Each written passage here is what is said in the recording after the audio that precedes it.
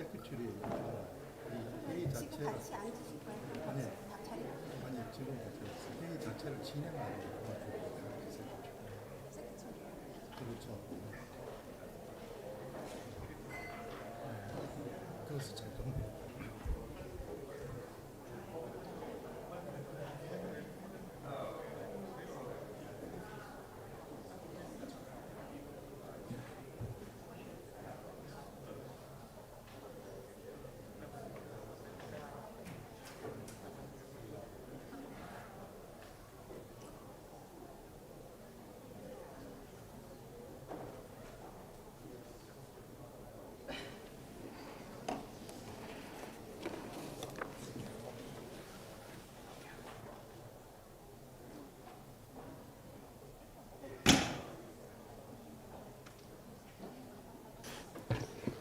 Welcome back, everyone. Excellencies, distinguished delegates, let us continue with Agenda Item 2, Pursuing Sustainable Urban Development to Address Regional Environment and Development Crisis. For this afternoon, we will have one panel discussion to address climate-sensitive urban development, and the meeting will consider document ESCAP/CED 8/3, which includes one draft decision. I will draw attention to the proposed draft recommendations and decisions for consideration under Agenda Item 2 at the end of the afternoon. As previously explained, the committee will then discuss and agree on the exact wording and on any additional recommendation or decision member states may propose. I now invite the Secretariat to deliver a presentation on document ESCAP/CED 8/3. A very good afternoon, esteemed delegates. I'm pleased to share some insights on the future of urbanization and its intersection with climate change as a summary of ESCAP/CED 8/3, paper entitled Creating the Conditions for Enabling Climate-Sensitive Urban Development. By 2050, it is projected that 68% of the global population will live in urban areas. In our region alone, an additional 1 billion plus people will join urban centers. This rapid urban growth means increased resource consumption and significant changes in land use patterns. However, with this urban growth comes a new set of challenges, particularly related to the climate crisis. Prolonged extreme weather events have shown us the vulnerabilities of poorly planned urbanization in the region. Torrential rains, storm surges, and rising sea levels have hit densely populated cities the hardest, often causing the most damage to marginalized communities living in informal settlements. There is a significant gap, delegates, between the financing needs for urban infrastructure and the current levels of climate finance available to cities in the region and worldwide. From 2015 to 2030, globally, urban infrastructure investment needs are estimated at between US 4.5 trillion and 5.4 trillion annually. These investments are crucial for building resilient, sustainable, and climate-adaptive urban areas. However, the reality is very different. Cities globally are receiving far less than what's required. In 2017 and 2018, cities received an average of only US 384 billion per year in climate finance. This figure represents just 7 to 8% of the estimated annual need. The situation is even more concerning when looking at the Asia-Pacific region. While the region has received 1/4 of global public climate finance, this funding has not been evenly distributed across countries. Addressing this financing gap is essential for the transition towards sustainable urban development to unlock more resources and ensure equitable distribution of climate finance so that cities can become engines of resilience and sustainability. Let's explore a few key steps in creating those conditions for enabling climate-sensitive urban development. The first is to align. We need to ensure that nationally determined contributions are closely aligned with national adaptation plans and, importantly, with city-level actions. This alignment helps create a clear pathway for cities to contribute to national climate goals while addressing their unique challenges and opportunities. Next, we focus on integration. Climate action doesn't happen in isolation. It requires integrating different sectors through multi-level governance, from national and regional governments to local municipalities. This integration ensures that policies and actions are consistent and mutually reinforcing across all levels of government. The third step is to strengthen. This means creating enabling framework conditions that attract and channel investments into sustainable urban projects. With the right financial support, cities can implement meaningful, large-scale climate initiatives. The fourth step is support. Cities need support for strategic and climate-sensitive urban planning. This involves equipping city planners with the knowledge, the tools, and the resources needed to integrate climate considerations into urban development, making cities more resilient and sustainable over the long term. The fifth step is leverage. It's essential to leverage local solutions and actively involve local stakeholders. Communities are often the first to experience climate impacts, so their insights and innovations can be critical in developing effective solutions. Engaging them ensures that climate strategies at the local level are both practical and impactful. And finally, we need to promote. This means promoting nationally determined contributions down to the city level. Cities should understand their role in achieving national climate commitments and be empowered to take action. I'd now like to share some insights with all of you on the increasing focus on urban areas with the nationally determined contributions, or NDCs, across our region. This trend highlights the growing recognition of cities' critical role in addressing climate change. Why is it so important for urban areas to be a central part of NDCs? Well, urban areas are responsible for approximately 67% of global primary energy consumption and 70% of global greenhouse gas emissions. And at the same time, they concentrate populations at risk from climate impacts. Given this, it's essential that NDCs are explicit in their urban considerations. NDCs vary in their focus on urban areas in the region. Strong urban content means that urban areas are specifically highlighted as priorities with a clear identification of challenges and solutions. Moderate urban content refers to NDCs that mention urban issues without extensive focus. Meanwhile, low or no urban content includes those where urban areas are barely mentioned or only referenced without specific focus on addressing urban challenges. Since 2017, we have seen a significant rise in the number of countries that incorporate strong urban content in their NDCs. Back in 2017, only 8 countries in the ESCAP region fell into Cluster A, those with strong urban content in their NDCs. Today, in 2024, that number has increased to 14 countries. This shift demonstrates a broader commitment to addressing climate challenges through urban strategies, with a focus on both mitigation and adaptation. The increase in urban content in NDCs across the region is a promising sign. It shows that more countries understand the importance of addressing climate change through integrated urban planning and policy. How can local contributions play a vital role in accelerating the attainment of nationally determined contributions? By leveraging integrated assessments, we can identify synergies between NDCs and national adaptation plans. This involves fostering cross-sectoral cooperation, aligning targets, and mobilizing resources, especially through innovative financing strategies. Disaggregating targets across sectors and at all levels of government is key. By doing so, we can unlock new opportunities for financing and implementation, which further propels national climate goals. And we already see this happening throughout the region. Many municipal, local, and regional governments have committed to ambitious mitigation targets, working through networks like ICLE, the C40 City Climate Finance Leadership Group, and the Global Covenant of Mayors for Climate and Energy. By integrating these ambitious local targets into the national frameworks, NDC targets can reflect the highest level of support for local governments. This is what we mean by localizing national targets, bringing them closer to the ground and making them more actionable at the community level. Finally, when countries align their NDCs with their national adaptation plans, it can truly be a game changer. This alignment not only helps to secure essential financial and technical support, but also enables cross-sectoral measures. The effectiveness of multi-level governance is built on mutually dependent and beneficial policies. These are the policies that create a framework where different levels of government, from national to local, work seamlessly together. Vertical integration uses instruments like decentralization, which empowers local authorities, financial mechanisms to ensure resources reach where they're needed most, systems for measurement, reporting, and verification, MRV, to track progress, citizen engagement and participation to ensure local needs are met, and digitization, which helps streamline processes and data sharing.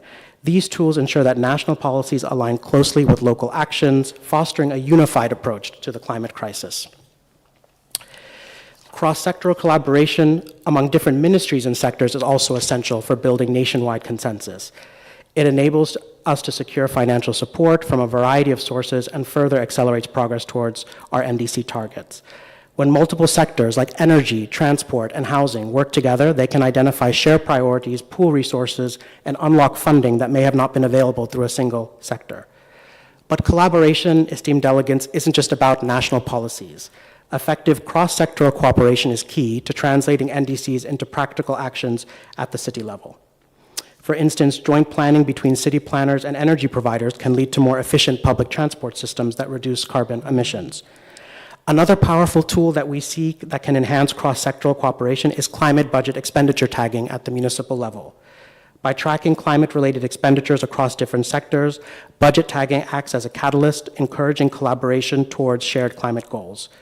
It ensures that every dollar spent aligns with our climate objectives, creating transparency and accountability across sectors.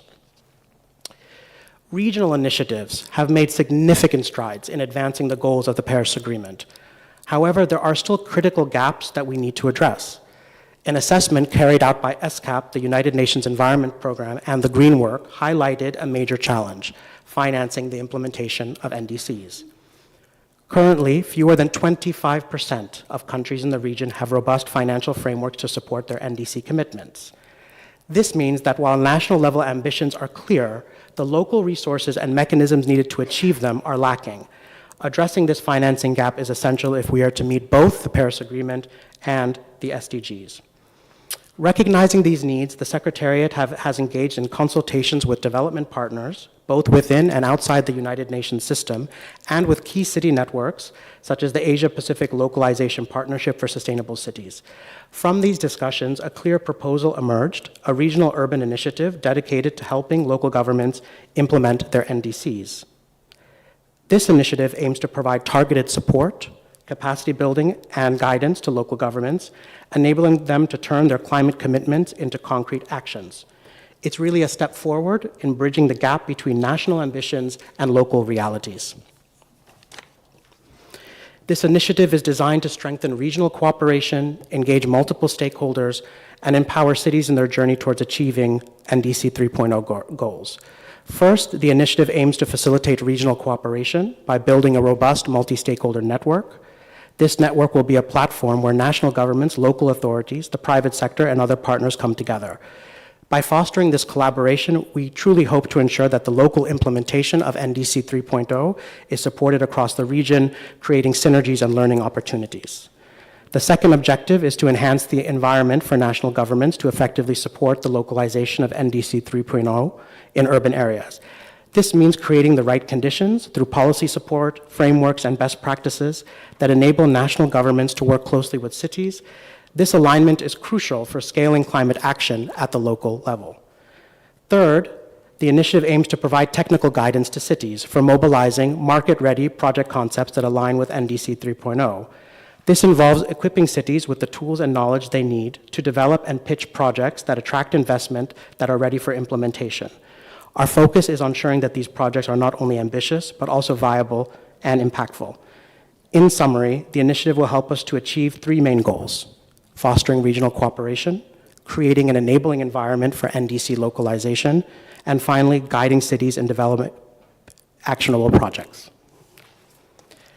We are truly fortunate to already have many key building blocks for this initiative in place. First, we have knowledge and tools. ESCAP has developed climate finance assessment tools, both at the national and subnational level. These tools were created as part of an extra budgetary project and have been piloted in countries like India, Indonesia, the Philippines, and Fiji. And they provide essential frameworks and insights that help cities understand their climate financing needs and opportunities. The second building block that we can avail of is on regional cooperation. ESCAP has launched a multi-year regional training program focused on multi-level climate action, bringing together both national and local governments. This program helps to create synergies across different levels of governance, ensuring that national climate strategies are effectively translated into local action. It's truly a vital step in fostering that collaboration and consistency in climate efforts across the region. Lastly, we invest a lot in capacity building that we hope the initiative would build on. The Secretariat has developed a series of new capacity building courses specifically designed for cities on climate action. These courses aim to empower urban stakeholders with the skills and knowledge needed to implement effective climate strategies. By equipping local actors with the right tools, we see the ability to address climate challenges and contribute to the national climate commitments. Finally, let me just draw your attention to the issue for consideration and draft decision for this afternoon session of Agenda Item 2, linked to ESCAP background paper CED 8/3. Thank you. Thank you, Secretariat, for the very comprehensive presentation. We now move on to the roundtable discussion. And I would like to invite the moderator, Mr. Imani Kumar, Deputy Secretary General of ECLAE, to take the floor and conduct the panel roundtable with the distinguished panels. Moderator, I hand this over to you.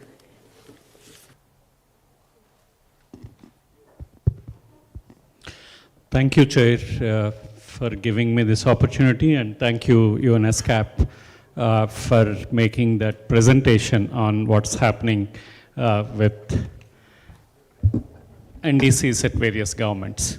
So may I now invite the panelists, Ms. Shalini Pandey, Director, Ministry of Housing and Urban Affairs, Government of India, Mr. Baiduram Basanjau, Senior Officer, Ministry of Urban Development, Construction and Housing, Mongolia. Thank you. Povas Parkop, Governor, Port Moresby National Capital, Papua New Guinea. Thank you, sir, for joining us. May I request Ms. Golda Hilario, Director for Urban Development Institute for Climate and Sustainable Cities, Philippines, and also Professor Shobhakar Dakal, Professor for Energy and Climate Policy, Asian Institute of Technology. Thank you for joining us this very important panel, and I hope you have seen that what ESCAP has presented as part of this CED 8 on the NDCs and localization of NDCs and how the actions are happening on ground and what are the various issues. I represent an organization called ECLAE, Local Governments for Sustainability, which is more than 2,500 cities all over the world and more than 300 cities in the Asia Pacific region. I'm happy to see some of the mayors here from various city governments. And we do work with the city governments, with the subnational governments on the climate actions, and we support the city governments and subnational governments to implement actions on ground, linking to the NDCs. So that's our work. And I'm happy to say here to the August audience that a lot of subnational city level actions are happening on ground. But if you see the challenges, the presentation what was made, that finance is one of the major issue with the cities as subnational governments. So that's where, how do we bring that finances to this implementation on ground? I think that is one issue which we need to look into. And the other point I want to say is also, yes, we have achieved, I think national governments have agreed to look into multi-level action on ground. It's not just only the national government is responsible, but obviously subnational as well as the city governments are responsible for that. So there is a role for localization of NDCs, that's what maybe I will put it that way. And at the same time, we need money to implement actions on ground on that. So with that introduction, maybe I just want to ask all of you, I know that we have very short time. I have given strict instructions to close this by 3:15 today. So I request all the speakers, if you can be a little bit, maybe 4 to 5 minutes, not more than that, for the first question, and then maybe we will take the next round also with that. I will start with Ma'am Shalini Pandey, Director, Ministry of Housing and Urban Affairs, Government of India. Ma'am, Indian government through its NDC since 2017 is addressing both mitigation and adaptation. And India has one of the strongest urban NDCs, if you talk about and if you see that one this. So I just want to know, understand from you, ma'am, can you elaborate on India's approach in localizing climate action and highlighting the priority sectors on that? The floor is yours, ma'am. Yeah, thank you, Imaniji. So, very well said that India has a very strong component of the urban in our NDCs. So, India is urbanizing fast. We are rapidly urbanizing, and rapid urbanization is going to be one of the major trends in our planning for policies and programs related to climate change. It is expected that around 40% of our population by 2030 and 50% of the population by 2050 is going to be urban. And when we take into consideration the total population residing in urban areas, we are only next to China. So this is the background which guides us, which motivates us, which rather directs us to take policy decisions to choose a right urban development model. The model which creates well-coordinated energy and resource efficient cities with the regional capacities to sustain economic growth and also to take care of the well-being of the citizens. So when we talk about the NDCs with respect to India, as per the Paris Agreement, it revolves around India's policies and programs. And it is the basis, if we see, it is a twofold: promotion of the clean and renewable energy, and also development of less carbon intensive and resilient urban centers. So this is the framework where we develop various policies and programs. Since the first NDCs, if we talk about the first NDCs, this was the core when we started, and it was further taken care in the updated NDCs in 22, and we are committed and resolved to take it further. And one thing I would like to emphasize here from the Indian government side is the whole of the government approach. So we are taking our NDCs with the whole of the government approach, which integrates our climate actions, not only horizontally at the various ministries and departments at a union government level, but it also integrates our state governments and the city governments at the federal level. So it is a complete integrated plan where we take our federal polity into considerations and our NDCs for the climate action. It percolates down from union government to state government and city level government. So climate action or NDCs, our National Action Plan on Climate Change, which was launched by the government way back in 2008, is a basic framework where we have developed various policies, programs within that overarching framework. And it revolves around 7 core areas, which is solar energy, efficient energy, enhancing efficient energy, sustainable habitat, water, sustaining Himalayan ecosystem, green India, sustainable agriculture, and last but not the least, human health and strategic knowledge for the climate change. And all these parameters have been developed in the different missions at the national level, and the various ministries are leading those missions in the broader framework of the NDCs. So for the urban areas, the one thing I would like within this national framework of climate action, we have developed a policy called National Mission for Sustainable Habitat in 2021. And the focus is to enhance the sustainability of urban areas by focusing on 5 thematic areas, and those 5 thematic areas have become core of the urban planning in the country. And these 5 areas are energy and green building, which is very important for the urban areas, urban planning, green cover and biodiversity, mobility and the air quality, water management and the waste management. Accordingly, we have the National Solar Mission, National Green India Mission for forestation, National Mission for Enhanced Energy Efficiency, National level mission for water mission, National Mission for Sustaining the Himalayan Ecosystem, and National Mission for Sustainable Strategic Knowledge and the Climate Change.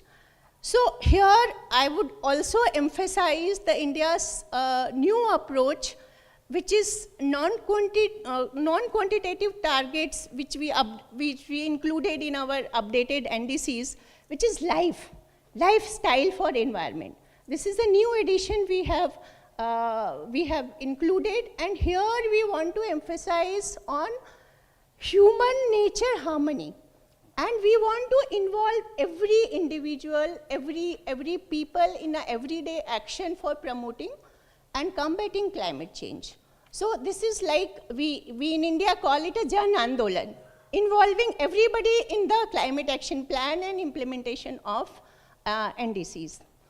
So to summarize the approaches, if we take, I'll just take another minute. So the three pillars for the approaches of the urban component in NDC, I would like mainstreaming climate measures in the development. Like we have realized that the climate action and the development has to go together. So the co-benefit of both the things we have realized in our policy document and development choices.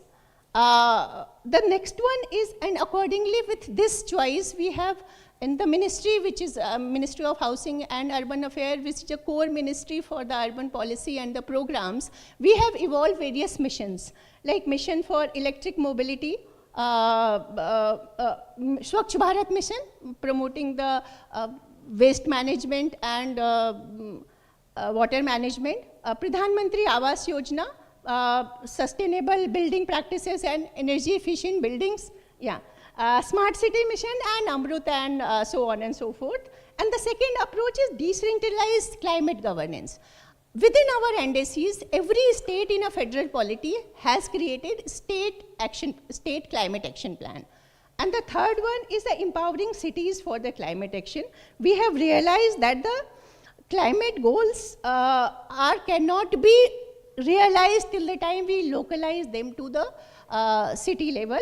And decentralized approach, we are supporting the all cities through climate centers of the city. We have developed a framework of the climate smart cities assessment framework, where we assess our cities for their performance on the climate parameters.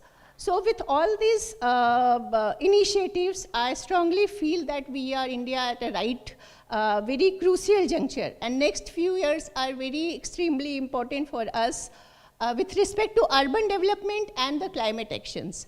The government is trying to maintain a delicate balance between the two, not compromising either our development requirement or climate actions. So with this thinking and approach, I think India's response and action are in right direction. Thank you so much. Thank you. A round of applause for ma'am. Thank you for bringing the multi-level approach, I think the lifestyle approach and the human nature approach, and also at the state level and also local level. I think the multi-level approach for addressing the climate and urban taking care of that. Thanks ma'am for sharing that information. Ma'am, from Mongolia, you know that 70% of the Mongolia's population currently resides in the urban areas, and it's very crucial to address urban issues linking to the climate change. Maybe it can be on the air pollution, energy efficiency, or waste management. Can you please let us know what is Mongolia doing to address the urban issues in line with the climate change issues? The floor is yours, ma'am. Hello. It's an honor to me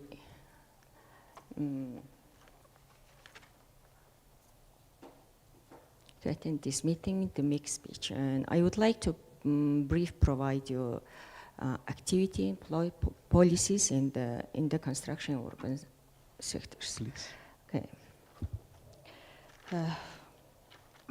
Mongolia ratified to the Paris Agreement in 2016 and has developed nationally determined contribution,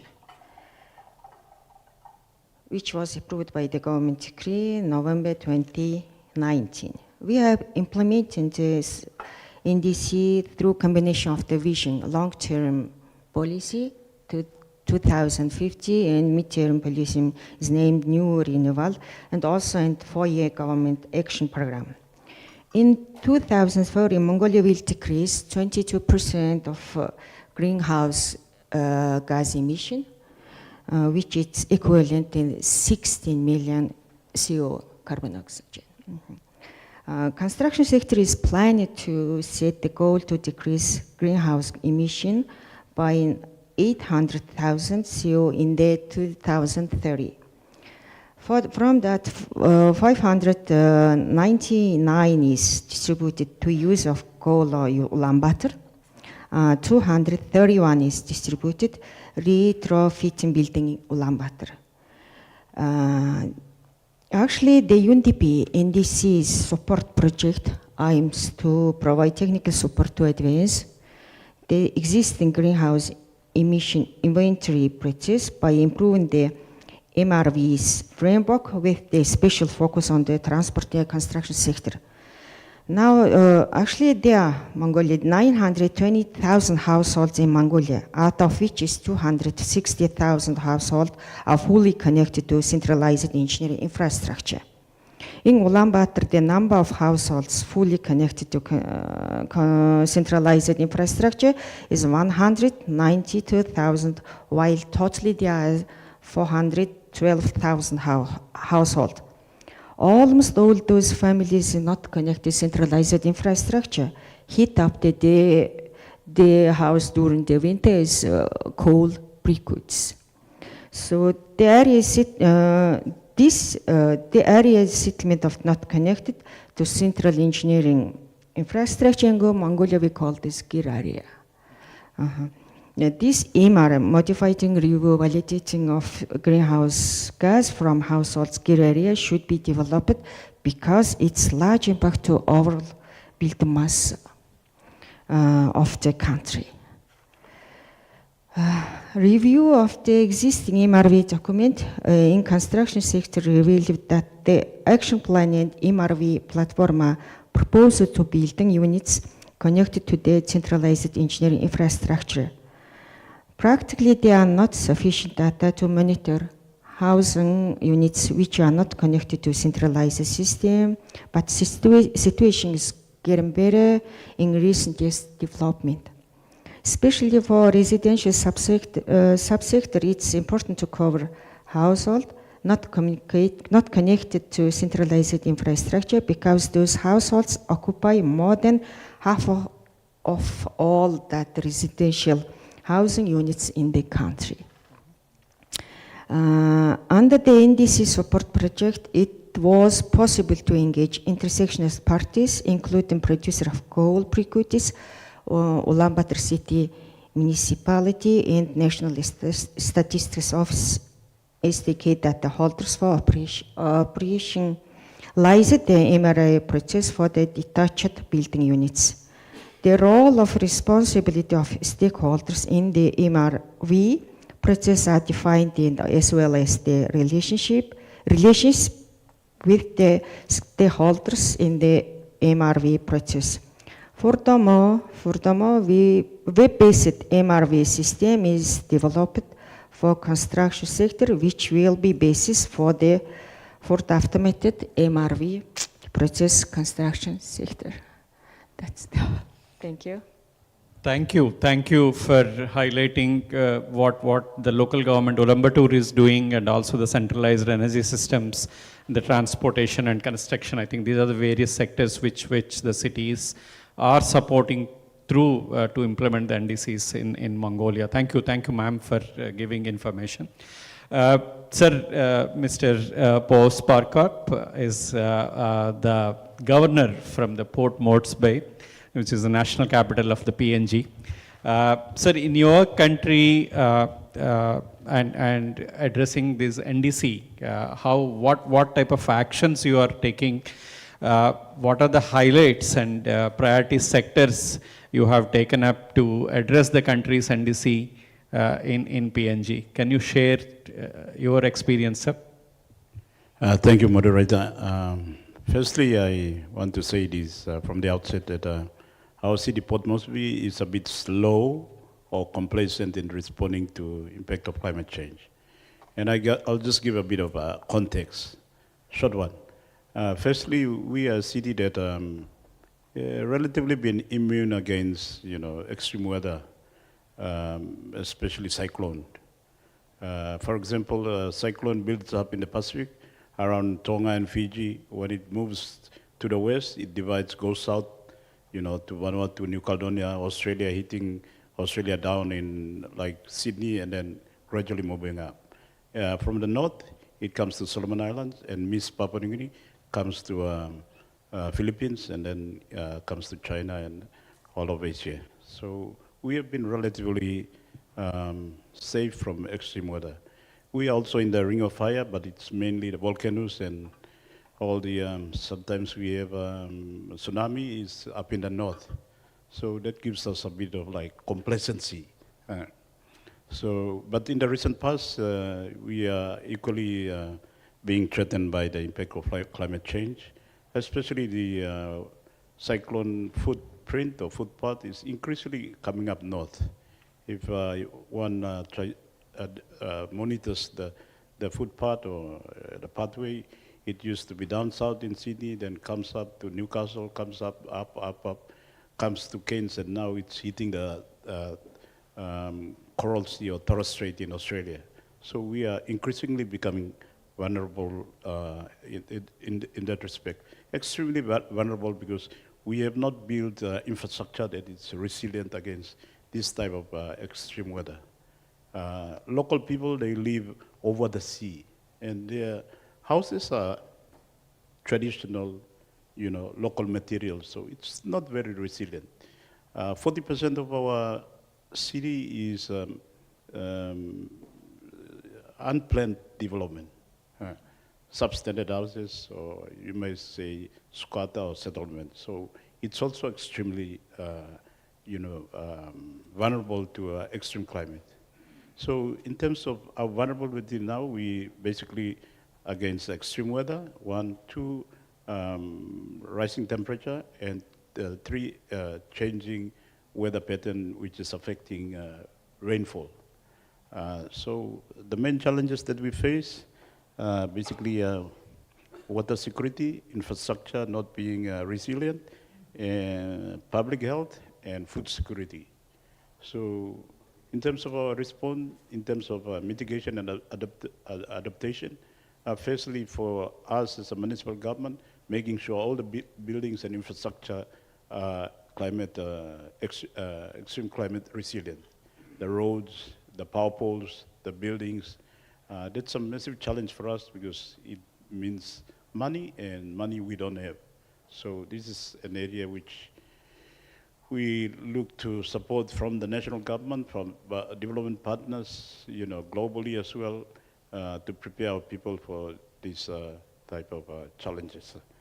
In terms of food security, now the wind changing, rain changing, so it affects when do we plant, when do we harvest. Not necessarily in the city, but the other provinces outside of the city, it is affecting them, and they are the ones who supply food to the city. So that creates a problem for us.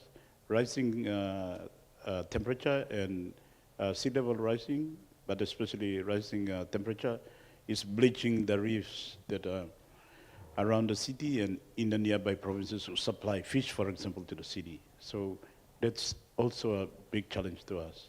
So how we're responding to food security, we are working with our local villages to regrow coral reefs, try to challenge the impact of bleaching of the coral reefs. We are also working with the local communities to also build resilient housing because really if we have a cyclone hitting our city, I think maybe 50% of our city will be gone, just like that, because we are not resilient. And then we have the unplanned settlement. Now we have a major program to convert our settlement into proper suburb, meaning resilient infrastructure, housing, and all the utilities. In sum, we have about seven points that we are working on. And it's work in progress, moderator, because as I said, we are a bit slow because we have been complacent. We think that we are safe from everything. But the reality is that we are as vulnerable as other cities, and it's gradually happening.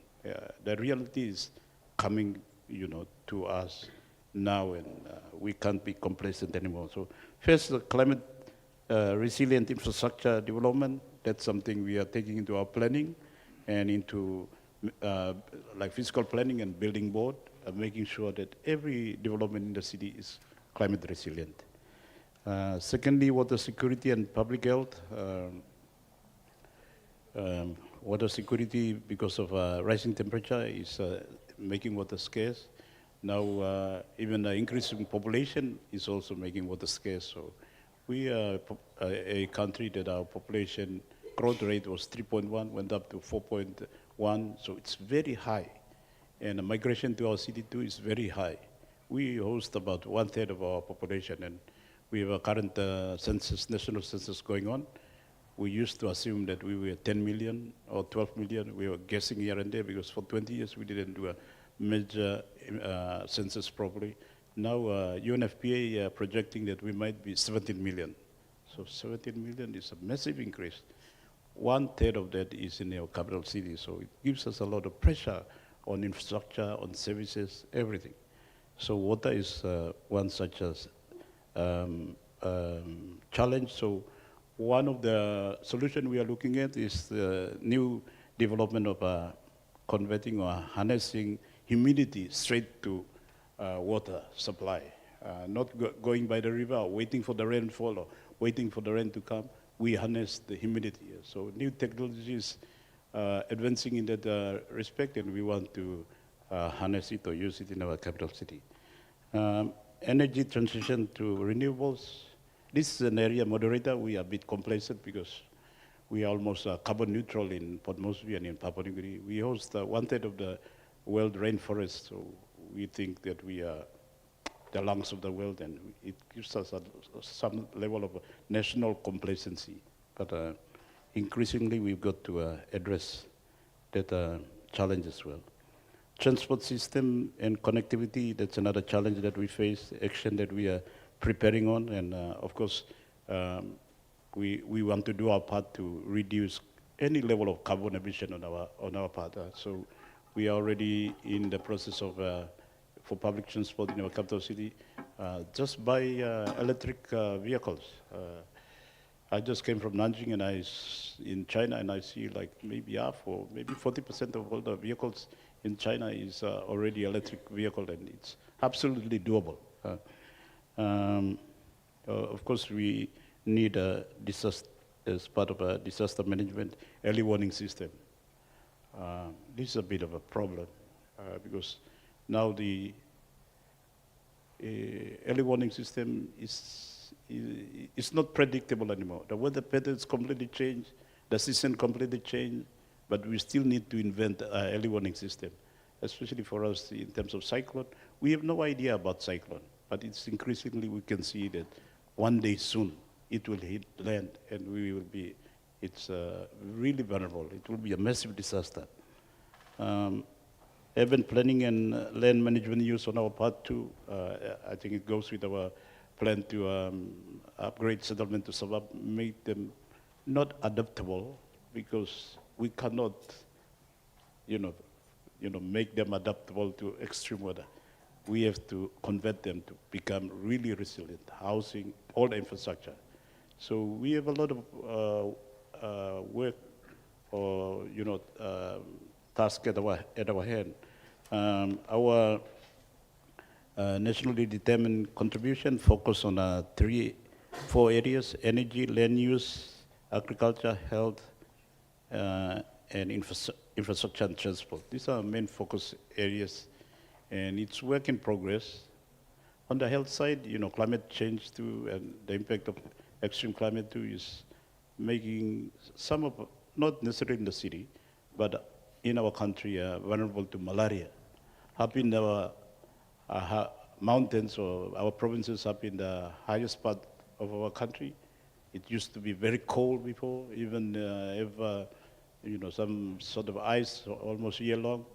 But now it's getting warm, and when it gets warm, poison snakes are going up, and mosquitoes are going up. Malaria is becoming a deadly sort of a cause of death up in our highlands part of our provinces. So, Moderate, I think that's a bit of a rundown, first one of what we are doing in our city, the challenge we face.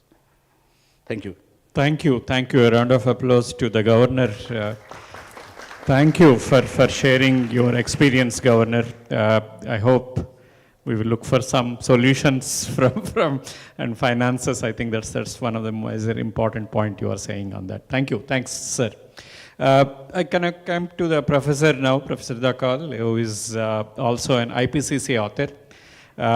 Professor, you know that you are bringing, obviously, you are telling to the world through IPCC report what's happening from the science point of view, and bringing the science into the NDCs, and also you know that when the cities, nations are talking about horizontal and vertical integration is a crucial to implement NDCs or to address the NDCs or address the climate change issues.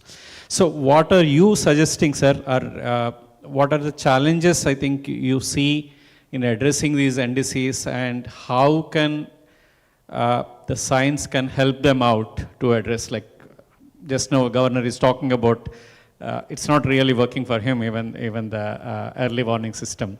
So your experience, sir, what should we do to localize the NDC? I think, thank you, Imaniji. Thank you so much. I think it's always pleased to be here and speaking to all of you. I think from the perspective of the climate change, you rightly framed climate-sensitive urban development, right?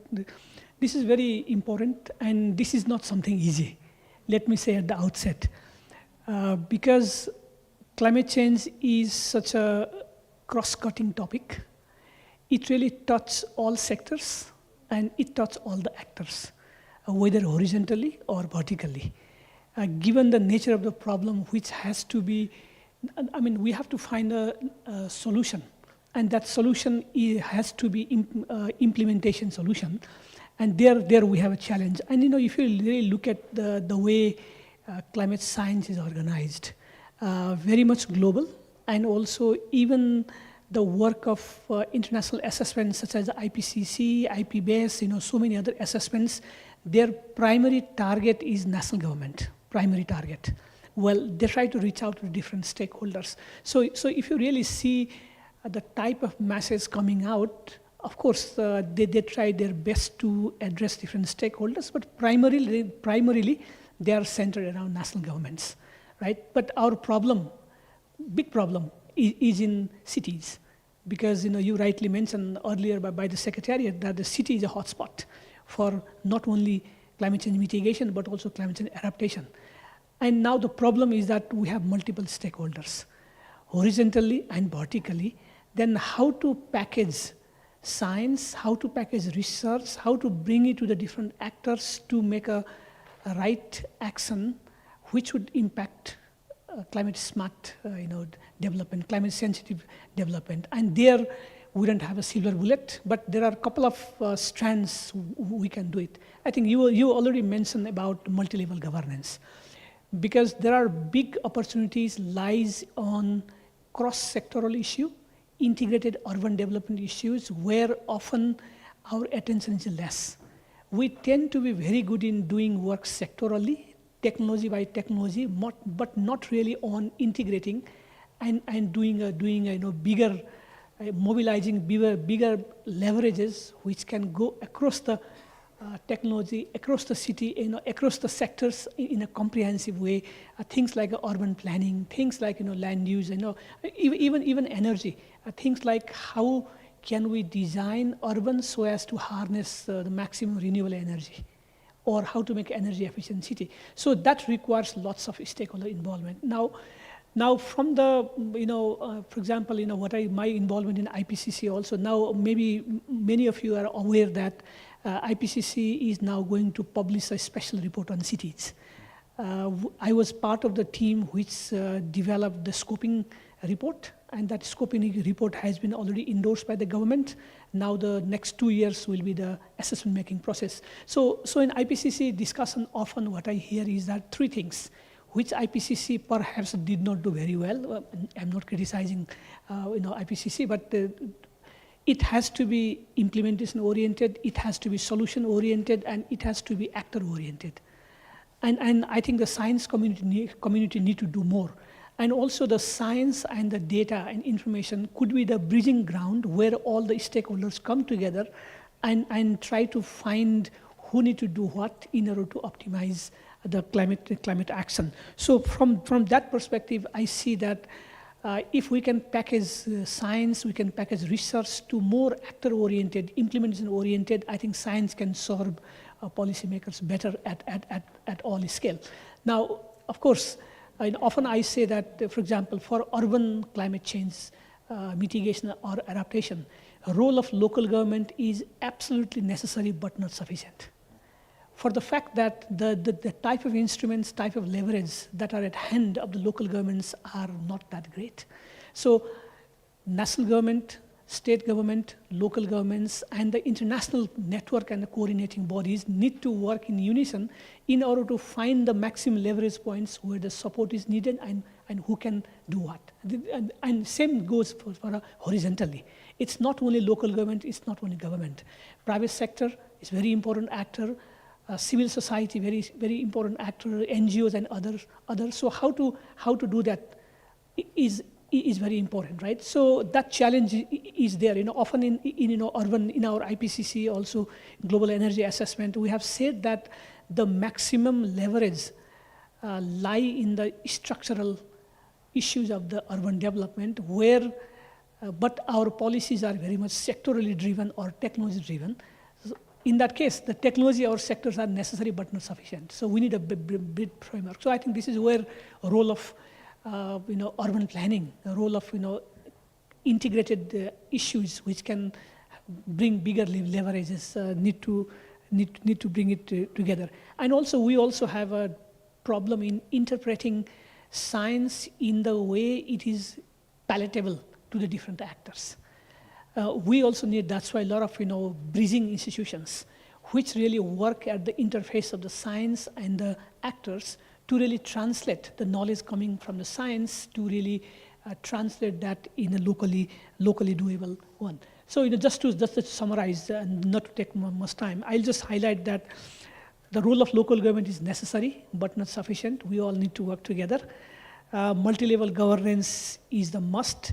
And also the lack of integrated approach, and also bringing climate science into the more localized setting is very necessary. That's why the NDC is very, very, very important. Now, what kind of research need to be done in order to make sure that NDCs is very palatable to the local level, and what kind of knowledge base is needed. So we need a lot of discussion and perhaps a dialogue here between the local stakeholders, local governments and other stakeholders, and the research community, so that the research can solve the decision making and the stakeholders better.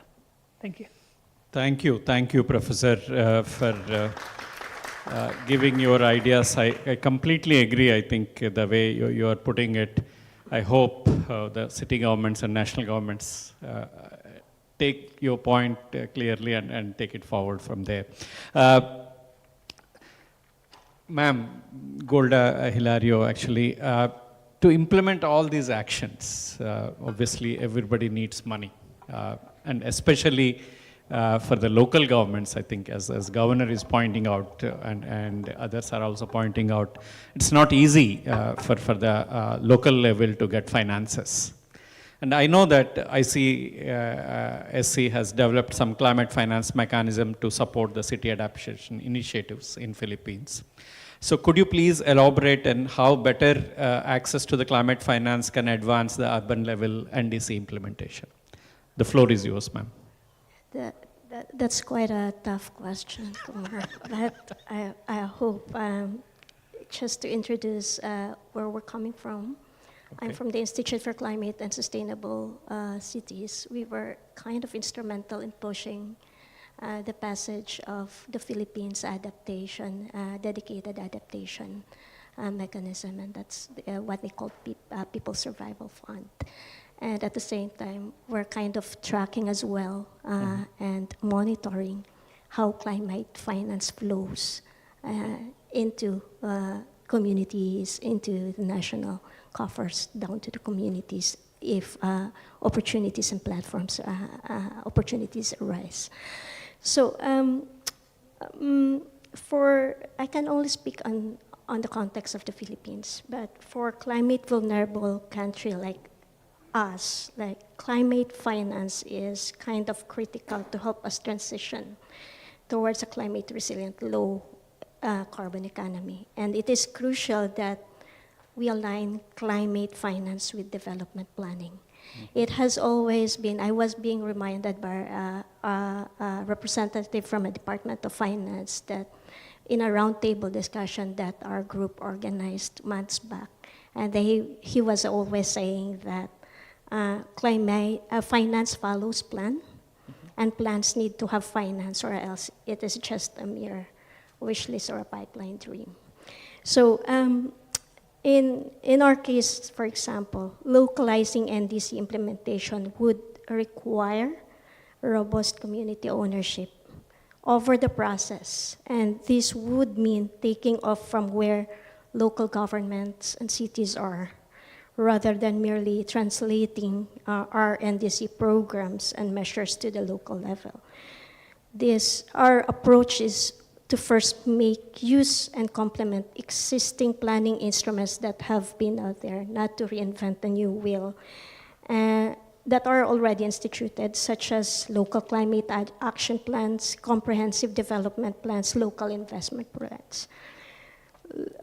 Local climate change action plans, for example, require climate and disaster vulnerable risk assessment as a start, and this is where the academia and local research institutions are very crucial, and as well as engaging other stakeholders as well, including civil societies who can help facilitate the process. And if we integrate these assessments beyond the environmental chapter of local development plans, for example, and integrate these assessments in key economic sectoral planning like energy, transport, settlement industries, housing, it would mainstream not just adaptation resilience, but also leads to better local development outcomes and, in the essence, local NDC implementation. However, plans need to have identified financing requirements and mobilizing resources for climate resilience and low carbon development action. And it would be ideal that local government units, when they come up with plans, already identify how much would it cost for them, so that it will not be a separate process as well. The planning process is paired with resource mobilization strategies to secure resources that support program implementation. The aim is to ensure that local governments achieve a level of finance resource security by maximizing the use of their annual investment plans and supplementing this by accessing financing from province to national partners and other relevant financing institutions, including potentially from the private sector. This would require also alluding to the professor's earlier take, multi-stakeholder cooperation platforms, or if they already do exist, no? Optimize these platforms for cross-sectoral consultations, assessments, dialogues, bringing together local government planners, GTBers, CSOs, academic, climate experts, private sectors, and key community sectors into the discussion as dialogues would ensure that high and would complement resources that are, on their own, local governments do not have. But if you complement each other's resources, then perhaps we leverage resources on that are available.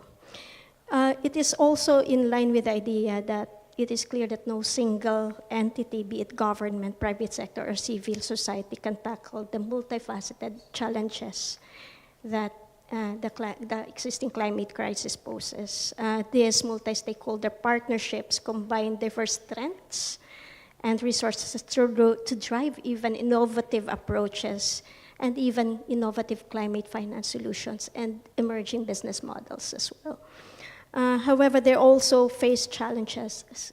And to be realistic, it's difficult because we need to align interest, manage governance, and ensure equitable participation in the process.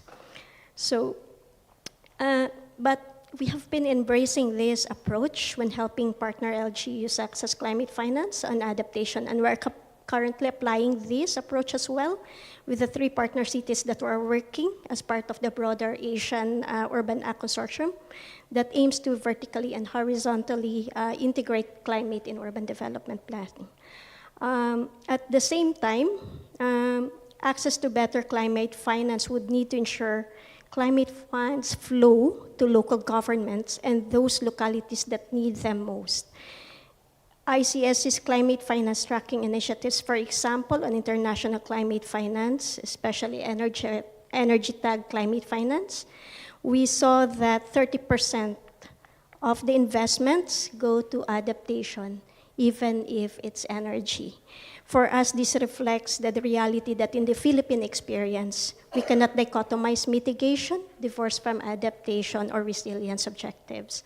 The bigger challenge is how can cities access these resources for them to address their development challenges, while at the same time become more resilient, beyond providing permits for mitigation projects to pursue. In some sense, vertical integration is needed and highly underscored, and localizing NDC should also mean opening the finance valves to allow flow of climate finance to cities, urbanizing communities more directly. And I stop there.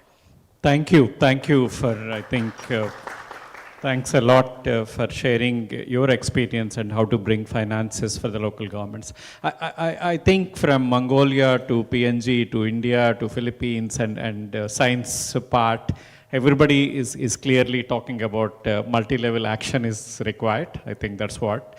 Not only just horizontally, vertically I will say, but horizontally also. I think that's the point came up from all the speakers. Linking maybe development planning linking to the climate action. That is, I think, both the PNG and Mongolia, and I think even India is talking about. And a local action is needed. I think that is another thing, and maybe involving private sector, NGOs, civil societies. And I think to link climate action to the urban planning, I think that's another point which has come from our panelists. Thank you for this. I know that we have taken more time here, but I have one more question. I think Omar has presented that ESCAP is coming out with a regional urban initiative, which as part of the CED8 to support the local governments in implementing NDCs. As he clearly presented, that it aims to strengthen the integration of NDCs into the local development and investment strategies by enhancing enabling conditions such as access to climate finance. And the initiative also addresses the capacity gaps and opportunities for implementing third generation NDCs in the urban areas and coming out with building on the tools developed by ESCAP and other partners on that. So I just want to ask each one of you, maybe I'll start with the professor and we'll come in this direction this time. How do you see this initiative contributing to the successful localization of NDCs? I hope you have heard about what Omar has presented and what key elements should be prioritized to ensure effective implementation and knowledge sharing across countries, cities and partners in this region. Yeah, I think- Professor, Yes. 2 minutes each yes, because 2 we have minutes, to close yes. it in another 15 minutes. Yeah, I think I must say that I was pretty impressed with the Secretariat presentation, that the initiative you plan to bring along the 3 different lines. One is, if I remember, one is making a kind of a regional cooperative network to really bring it, all the support base from all level. And second is the enabling. And the third is a support, especially technical guidance, knowledge products, regional cooperation, capacity building. I think these are very, very important and these are very, very well timed. Especially, we have said that we saw your analysis regarding how many countries have vigorously put urban into the NDC. Still, you see that I look at that over 30%. Still, the countries have not put the urban content into the NDC. So I think supporting local governments is very, very needed because they are on the front line, right? So I think this, especially the knowledge tools and bringing them together with getting lessons from what others are doing and building their capacity is very important, and especially the financing provisions where we can support local governments to access some of the funds which are available. And how we can even help the countries to really provide access to local governments and also build knowledge tools. Especially you might be surprised that many of the local governments even don't have a very good mitigate, some kind of emission inventory or the risk mapping, kind of thing. So I think there is a lot of work to be done. I think the ESCAPs, I think this particular initiative is very good, and I think it will be quite meaningful. Thank you. Thank you, Professor. Ma'am. I do agree that capacities are needed in terms of technical assistance for not just cities, but for national governments as well, to be able to work closely with subnational governments to facilitate climate finance flows from national to subnational and from international to national down to the locals. And be able to have local buy-in in translating NDC actions to local actions by ensuring robust ownership of the local governments into the process and facilitating collaboration between national and subnational governments and other multi-sector, multi-stakeholder actors as well. Technical assistance is also needed in terms of consolidation of submitted local actions into MRVs and also consolidation of public investments already committed or tagged by local governments to enable local implementation of local climate action. And this is where multilateral partners like ESCAP and ODAs can well support the capacities of national governments as well. Because at the end of the day, it goes back to national reporting and international reporting. Thank you. Yeah, so I think the focus areas are clear for this regional urban initiative. I think it is a very welcome move. This will support the local government in aspect of climate finance, capacity building, vertical and horizontal integrations, and also implementation of third generation NDCs. So focus areas, we are clear. Here I would add something more into focus within sub-focus in the focus areas. Like when we talk about the climate finance, it is already a priority area. But here what I would like to emphasize, sub-national government and the city level government should be empowered to utilize debt financing. And the green bonds, we have done some work in the green bonds, and I think the learnings can be shared. The concessional financing, trust fund, so on and so forth. We should not limit ourselves with the national government. Further, I think this is just an idea. Urban climate finance framework can be thought of at this Asia and Pacific region, and we can integrate, and we can also include incentivizing city climate planning with the finance. If we can do that, if we go down to the subnational level and the city level and incentivize cities for financing them, I think can not only strengthen implementation of NDCs, but also empowers the city level planning and actions. The second thing I would like to emphasize here, the capacity building. So it's already a focus area. We had this pilot run of ESCAP tool in India in some cities, and we have learning. And the report which came in September 2024 on assessing India's enabling framework condition for subnational climate finance. It urges that enhanced coordination through the active involvement of ULBs in planning process and establishment of coordinating bodies at the state level, fostering collaboration among ULBs, urban local bodies, and cities. I think this is a big learning where we can share with the other countries, cities, and subnational government for further learning.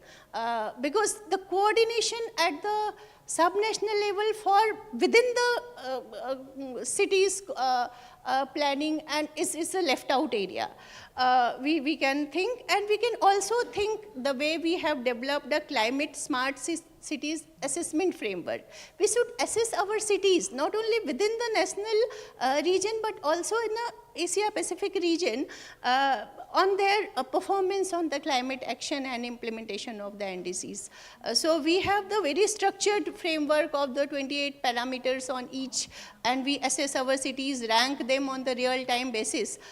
So this learning is easily available, can be adopted by the initiative. The third, the last point of the capacity building, we have the National Urban Learning Platform, and where we have developed more than 4,000 courses on urban planning, platform development, climate, which is being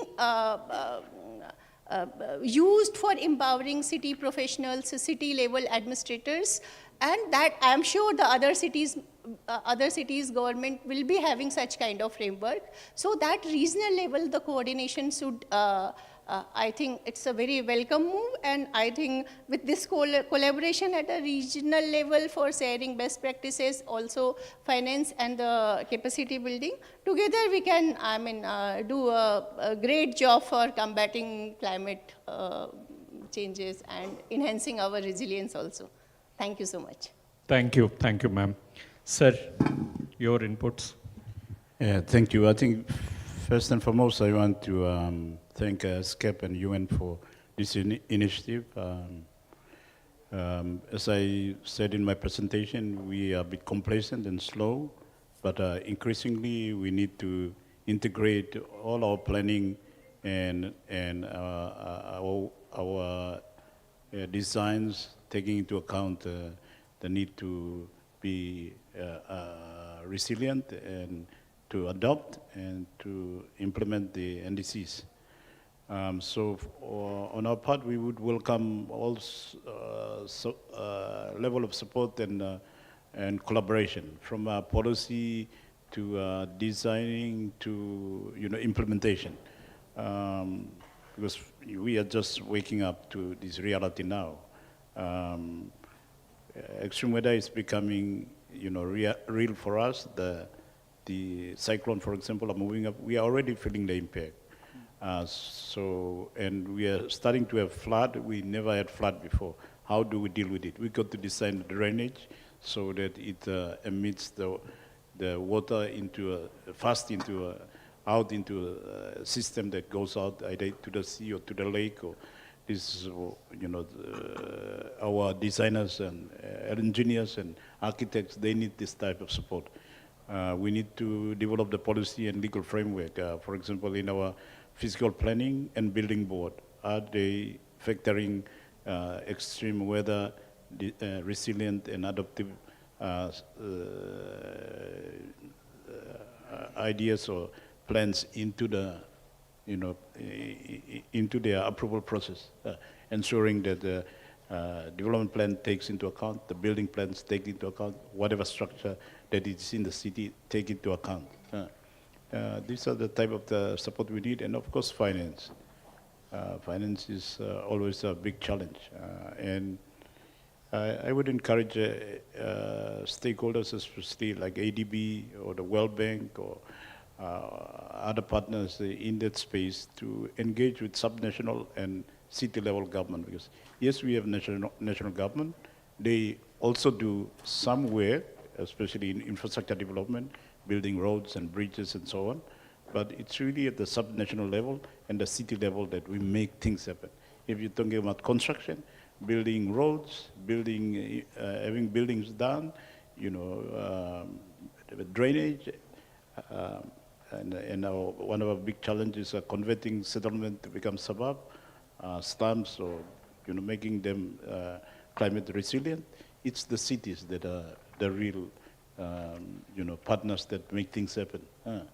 The national government, they can come in at a policy level. But even up to now, I dare say that the policy level and what our national government is committed to the Paris Agreement is yet to be, come down and synthesize the subnational government and the city government as to this is our commitment and this is what we all should be doing.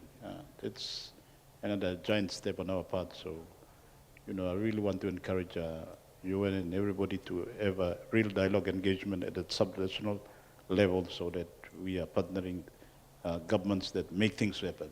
Thank you. Thank you, sir.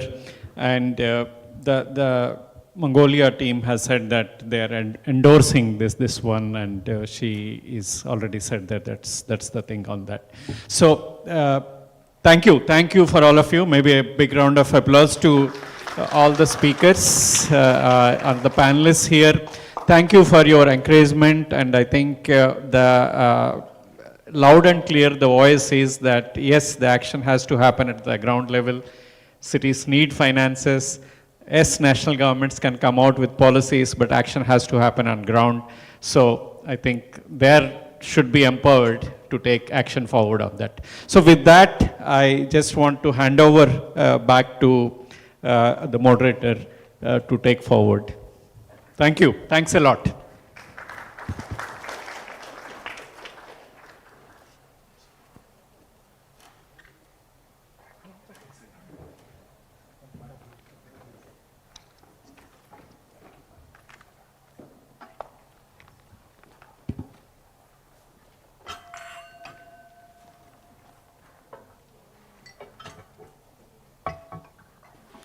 Yeah, thank you to the moderator and the distinguished panelists for a very interesting deliberation.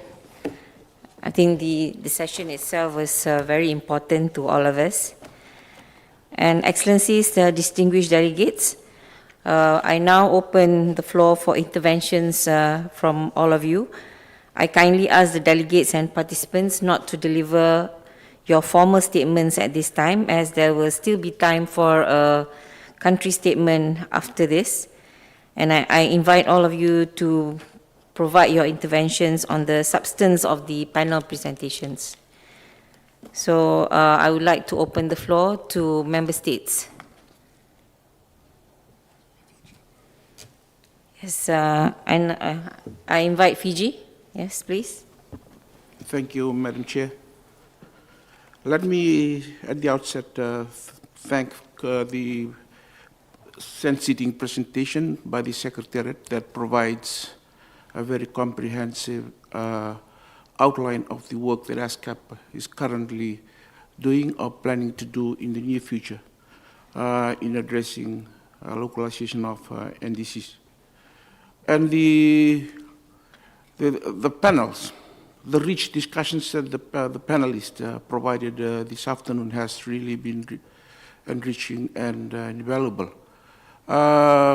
Particularly hearing from our bigger developing countries like India, the Philippines, and also the presentation by the Governor Powell of Papua New Guinea, it reflects the important key message of this platform, that the gaps that we do face as specific small island developing states are real, are genuine, and genuine partnerships and multi-stakeholder platforms are really needed to address the challenges that we do face in order to address the scourge of climate change. For us, it's a deep learning. As the governor himself mentioned, that sometimes we are so complacent that we thought we had it all. But the reality of climate really demands such platforms, strong and robust platforms, multi-sectoral, both at vertical and horizontal, that enables small island developing states in the Pacific or members of the region of this organization to be able to plug the gaps, particularly in the areas of finance, the areas of capacity and capability buildings, the areas of institutions, governance and structures that we are learning from the presenters today. So, Madam Chair, I just want to thank them for being very honest in the manner in which they presented today. For us, it's a steep learning curve, but again, we cannot do it alone. We have to do it together. Thank you very much. Thank you from the distinguished delegate from Fiji. Is there anyone else who wishes to speak from the floor?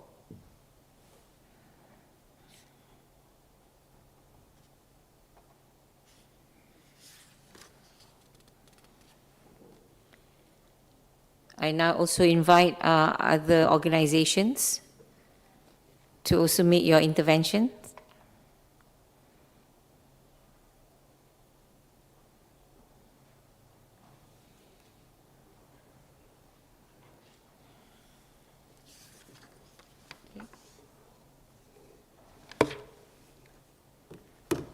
Okay. So if that's done, we move on there. All right.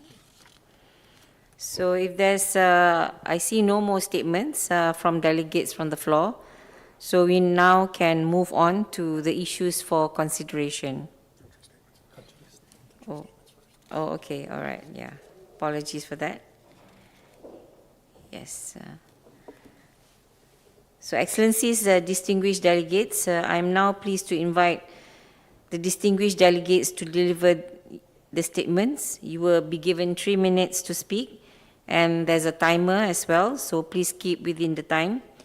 I will open the floor to statements from members, associate members, and observer countries. I will then invite statements from intergovernmental, international organizations, non-governmental organizations, and other entities.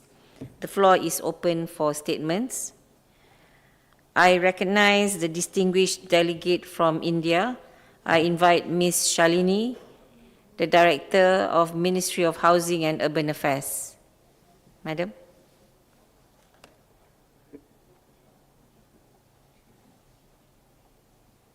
Madam Shalini is just taking a break, is joining us in 2 minutes. Okay, all right. Okay, we will move next. I invite delegates from the Republic of Korea, Mr. Lee Hung-suk, Deputy Director General of International Cooperation Bureau, Ministry of Environment. Thank you, Madam Chair. I would like to thank the panel for providing the valuable insights into strategies for climate-sensitive urban development and their integration into the new nationally determined contributions. To ensure urban content is adequately incorporated in our 2035 NDC, Republic of Korea, we are strengthening urban-related mitigation measures across key sectors: energy, buildings, transportation, and carbon sinks. To support the local level implementation, all cities and provinces in Korea will be legally required to establish a basic plan for carbon neutrality and green growth, with regular monitoring and assessment of their progress. Additionally, we plan to designate and operate a specialized institute called Carbon Neutrality Support Center to assist the local governments in advancing their climate actions. As we develop our new NDCs, we are eager to contribute to the efforts of other member states in formulating their NDC 3.0 by sharing our experiences and providing capacity building support. Since 2006, we have partnered with ESCAP through the Seoul Initiative Network on Green Growth.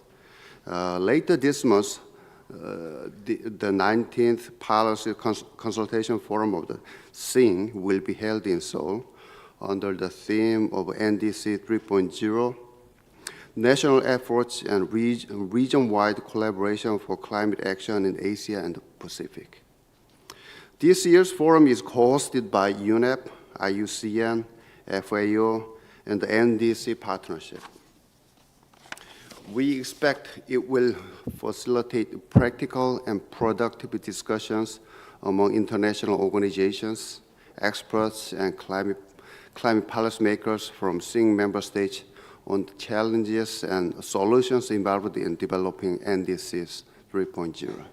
I strongly encourage all member countries to actively participate in this important event. Thank you, Madam Chair. Thank you, distinguished delegate from Korea. Now I invite the distinguished delegate from Fiji, His Excellency Mr. Amanatav Yuvoli, Ambassador and Permanent Representative of Fiji to ESCAP, Embassy of the Republic of Fiji to Indonesia. Ambassador. Thank you, Madam Chair. Cities in the Asia-Pacific region remain significant contributors to regional and global greenhouse gas emissions. That is a fact. At the same time, they are experiencing the impacts of climate change, including extreme and unpredictable weather events, flooding, heat waves, droughts, and natural hazards, which have become more frequent, intense, and often daily occurrences. That's another fact.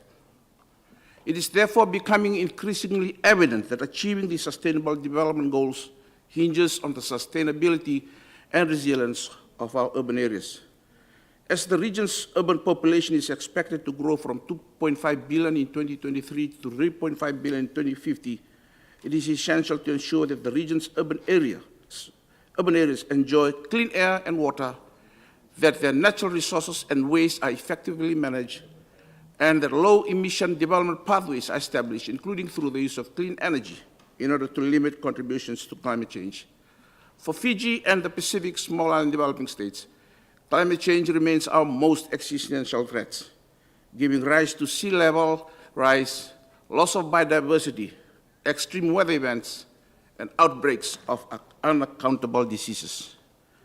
Global carbon emissions are on the rise again, with our region collectively responsible for 55% of GHG emissions, and more so, with more than 70% of those emissions generated in urban areas. Emissions in the region have doubled since 1990, driven by urbanization, population growth, and residential and economic activities, with major sources of greenhouse gas emissions coming from electricity and heating, manufacturing and construction, and transportation. As a small island developing state in the Pacific sub-region, this is a worrying trend, because at this current trajectory, low-lying nations in the Pacific are likely to become uninhabitable under current emission scenario by 2050. With current emissions as set out in the collective NDCs, they fall short of what is required to reach the Paris Agreement targets.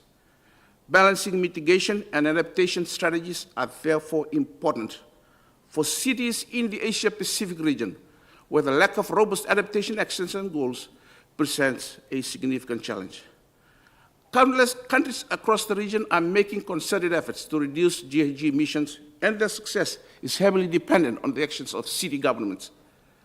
As of 2023, 39 countries in the region had committed to carbon neutrality, with 23 having developed long-term low-emission development strategies. However, not all countries that made carbon neutrality pledges have these strategies. and the overall effort to reducing emissions falls short of the aim to limit global warming to 1.5 degrees Celsius. Countries with high urbanization rates often have higher per capita emissions due to reliance on conventional and carbon-intensive growth models. In this connection, Fiji has enacted its Climate Change Act in September 2021. It is perhaps the single most comprehensive climate law developed by any small island developing state, covering issues such as long-term net zero commitments, carbon budgets, carbon market establishment, climate-induced human mobility, nature-based solutions, legal recognition of maritime boundaries relative to sea level rise, climate finance, and intergovernmental resilience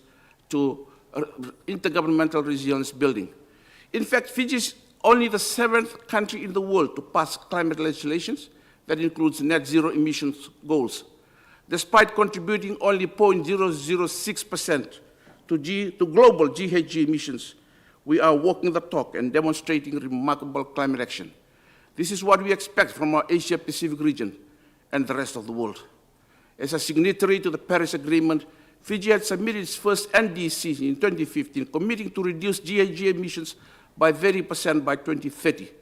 Building on this target, the Fijian government had also developed its NDC implementation roadmap in 2017, focusing on the energy and transportation sectors. The goal of the NDC implementation roadmap is to chart a pathway for the implementation of mitigation actions needed to achieve the NDCs for Fiji.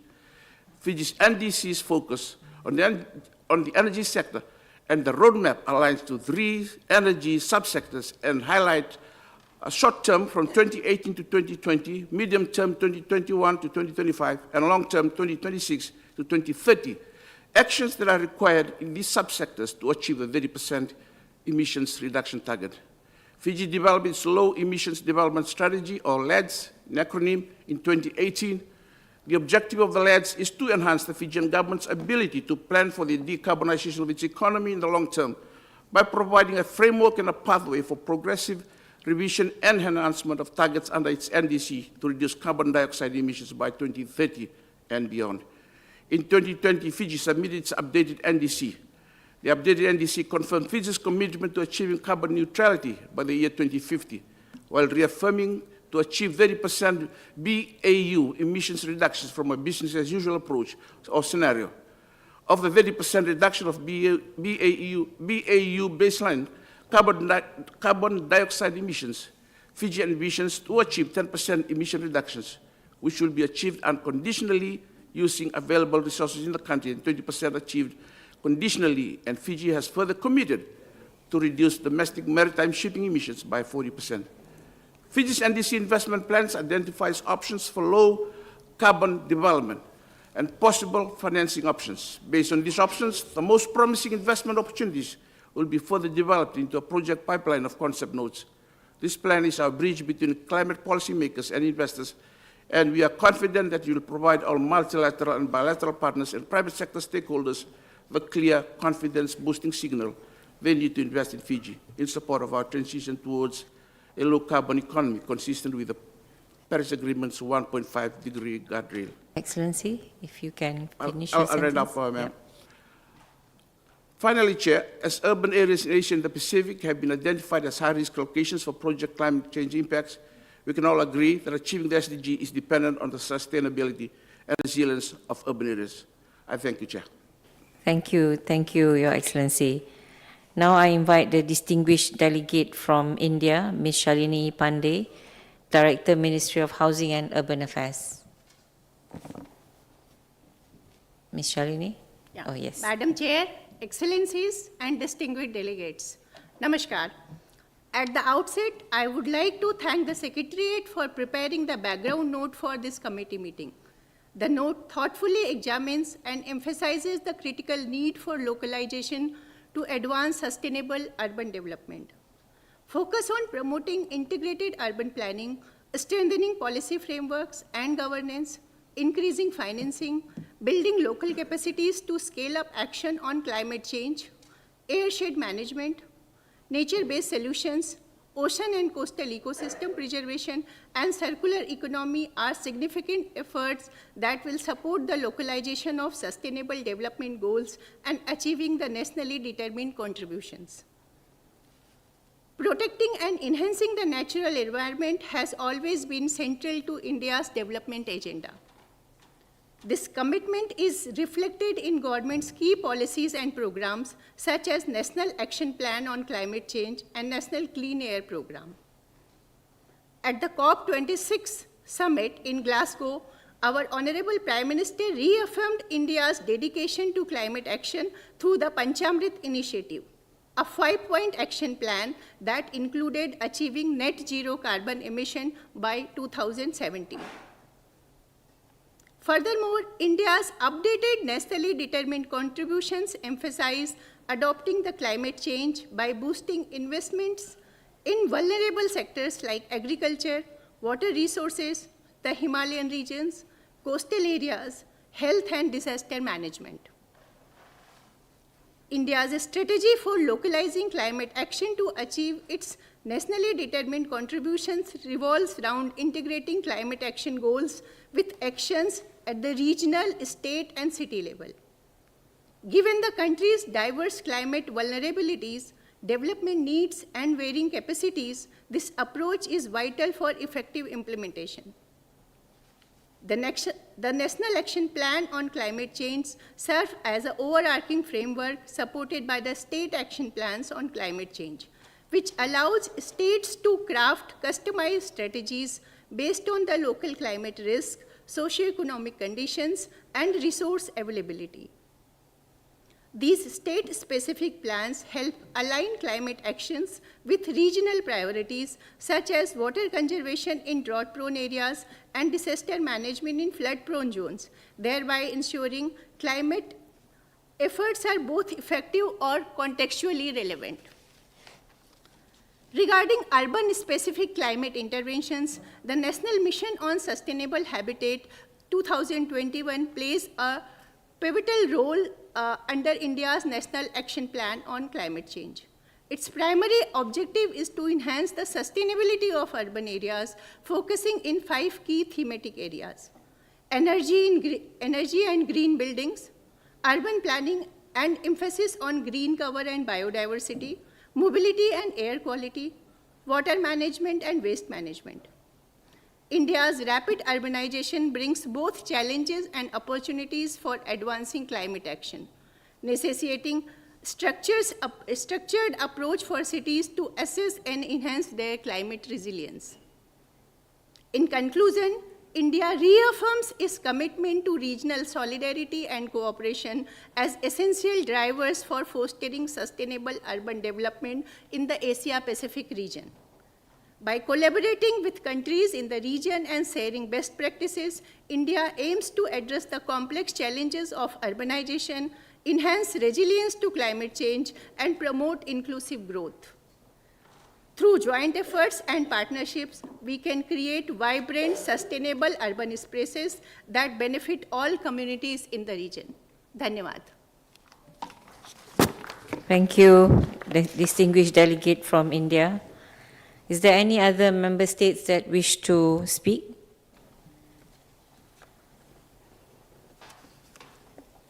Okay, so I now move on to stakeholders, organizations.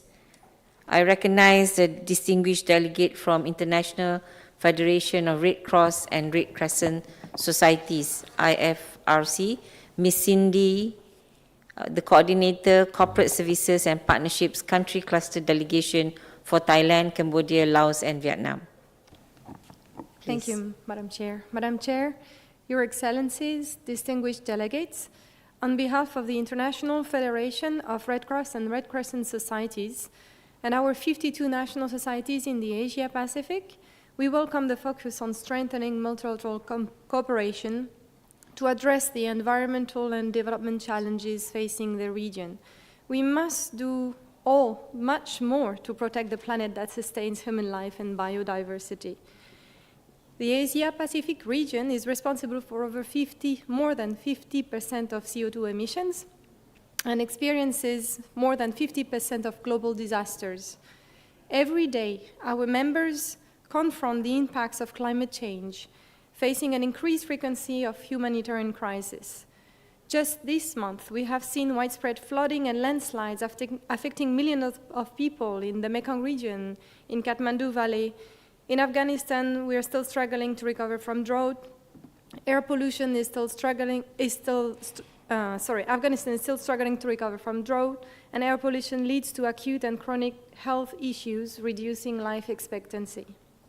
Global heat records are broken, all testing people's resilience and ability to recover from repeated crises. We must prioritize low carbon and low greenhouse gas emission strategies to mitigate climate change. We must work on reducing air pollution, protecting the environment and oceans that sustain us. We're doing everything we can to support communities in the region in reassessing and managing the new risks they face and anticipating and preparing for disasters well in advance. This can significantly reduce loss of life and livelihoods. The FRC and ICSC established the Climate and Environmental Charter for Humanitarian Organizations, which includes commitments to decarbonizing our operations and decreasing the environment impact of our disaster response efforts. It also commits our Red Cross and Red Crescent societies in their capacity as auxiliary to governments to support communities in implementing green solutions for climate and disaster mitigation and adaptation measures. The International Red Cross and Red Crescent movement will come together with states at the end of this month in Geneva, and we urge governments to adopt and implement the resolutions being put forward, particularly to strengthen disaster risk governance, enhance anticipatory action for disasters, and increase support at the local level for disaster preparedness and climate adaptation strategies. It is crucial to ensure that the allocation of resources reaches the local level, and it is essential for effective early warning systems and resilient community infrastructure. Let me conclude by thanking you and ESCAP, the governments and partners present today. Our collective efforts are pivotal to pave the way towards a more resilient and sustainable future for all. Thank you. Thank you. Thank you to IFRC. Is there any other delegates from the organizations that wish to speak? Yes? AITP.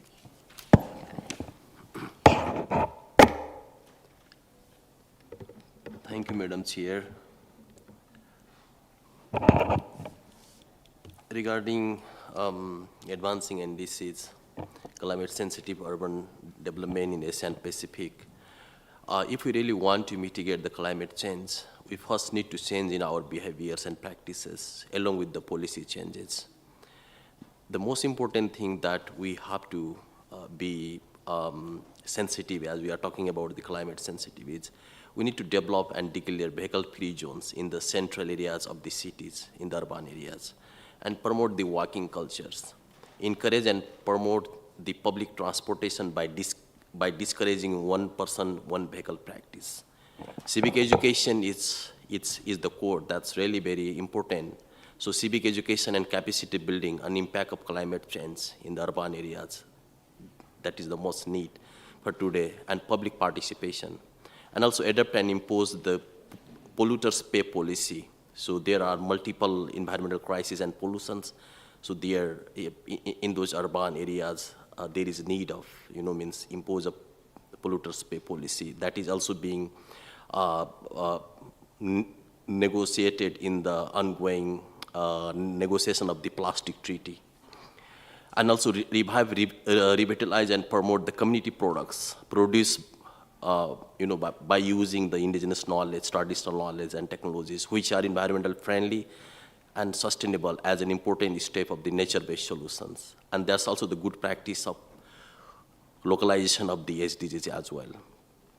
And avoid destruction of the natural resources for expansion of the urban areas and urban development. And extend collaboration and partnership with indigenous communities, right holders, other stakeholders, and the organizations who are really working with the grassroots communities and really working, on the real cause of the issues that what we have been facing, and bring the resourceful knowledge and practices in mitigation of the climate change. One example I want to share here, Dhangari and Dharan sub-metropolitan city of Nepal, they have already started some really good initiatives, regarding the climate-sensitive urban developments. They have, they have already started to protect the natural resources, the water resources in their areas. And also they have already started how they can reduce the pollutions, like the plastic pollutions. So those practices might be good learning for other countries and for the delegates here.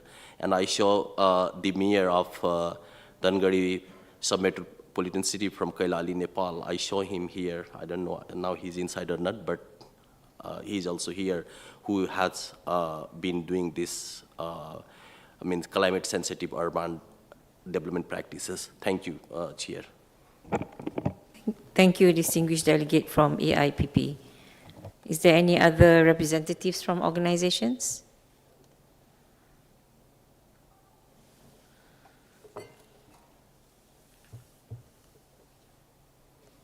Okay. So I see that there are no more statements from delegates from the floor. So we now move to the issues for considerations. Excellencies, distinguished delegates, I would like to thank all of you for all the informative statements. I now would like to draw your attention to the draft decision as contained in document ESCAP/CED 8/3, which reads as follows. The Committee on Environment and Development requests the Secretariat to continue to promote multi-stakeholder cooperation on implementing the nationally determined contributions in urban areas, including through a regional initiative to be developed in collaboration with development partners and city networks, and invites interested member states, local governments, and stakeholder groups to support the development of the initiative, including by participating in consultations to be organized prior to the 81st session of the Economic and Social Commission for Asia and the Pacific, and by contributing information on best practices and resources. So may I ask if there are any delegates who wish to comment on the draft decision? Yeah. I recognize distinguished delegate from Russia Federation. Please. Thank you, Madam Chair. I invite attention to the second line of this draft decision. We suggest to delete everything which comes after the word "to promote." Delete everything up to the end.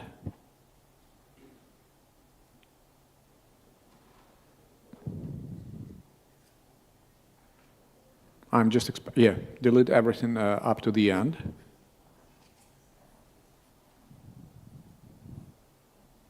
And swap this part for the following. Cooperation at all levels on enabling climate-sensitive urban development. Full stop. The committee also requests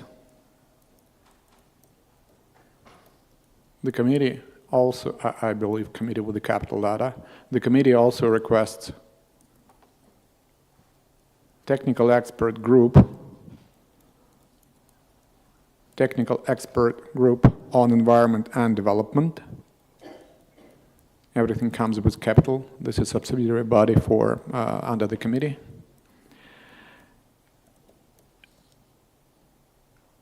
On environment and development, to consider options for better integration of urban component into national climate strategies,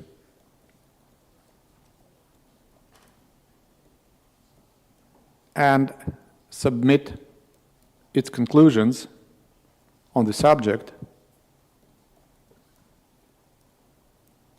to the 9th session of the Committee on Environment and Development for further consideration and possible action. Full stop. Thank you. Thank you, distinguished delegate from Russia. Better integration. Is there any other representatives who wishes to speak? Should put down.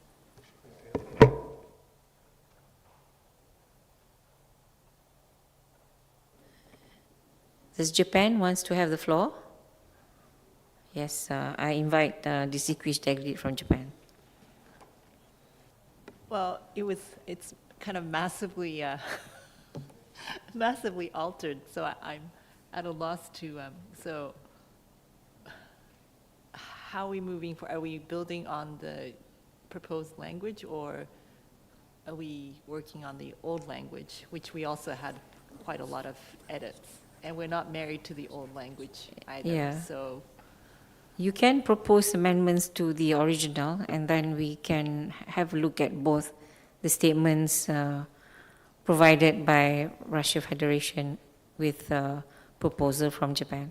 Okay, so, I mean, we're not married to the original one, but we can certainly introduce it for the sake of consideration.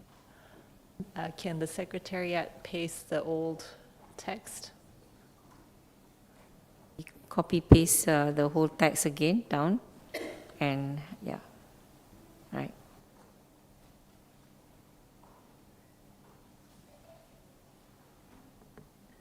All right. So our suggestion is to delete, so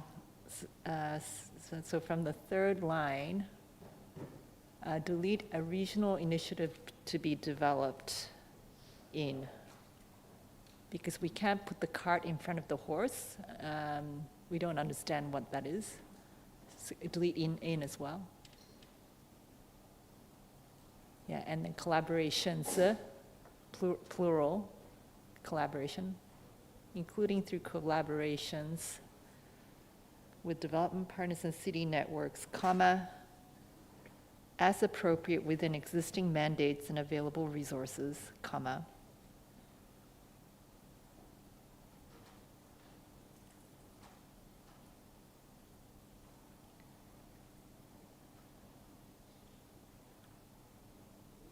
And delete after support the development of the initiative, including by participating in.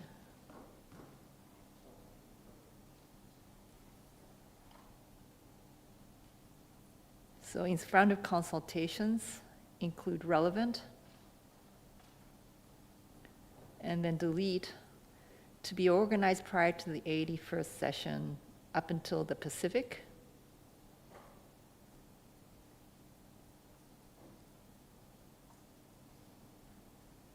And at the end of the sentence, comma, as necessary.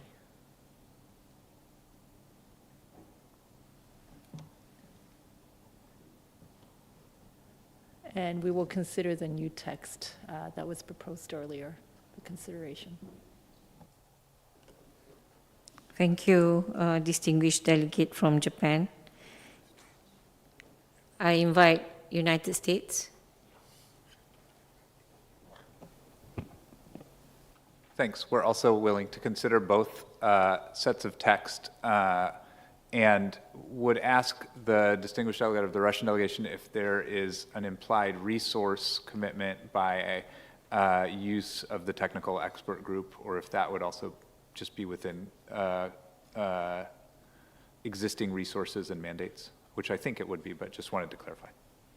And if so, that we ought to clarify that, if he'd be amenable to clarifying that within the text. Yes, Russian Federation. Thank you, Madam Chair. in view of the comments made, explicit question actually raised, definitely that would be good actually to share the rationale behind our proposal. And to start with, I have to say that as far as I can deduce, we are thinking somehow, actually, if we take those delegations who shared their comments, we are thinking along the same lines in many senses. First, we are not comfortable with the idea of giving the green light to some initiative which is not known to us and what it is all about. Two, the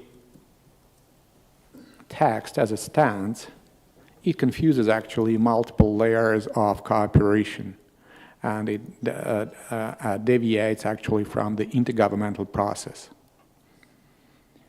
or at least it might be construed as a deviation from the intergovernmental process, which is actually ESCAP is. Third, definitely we believe that any activity has to be conducted within the existing resources, and in our understanding, or not in our understanding, that's what we know.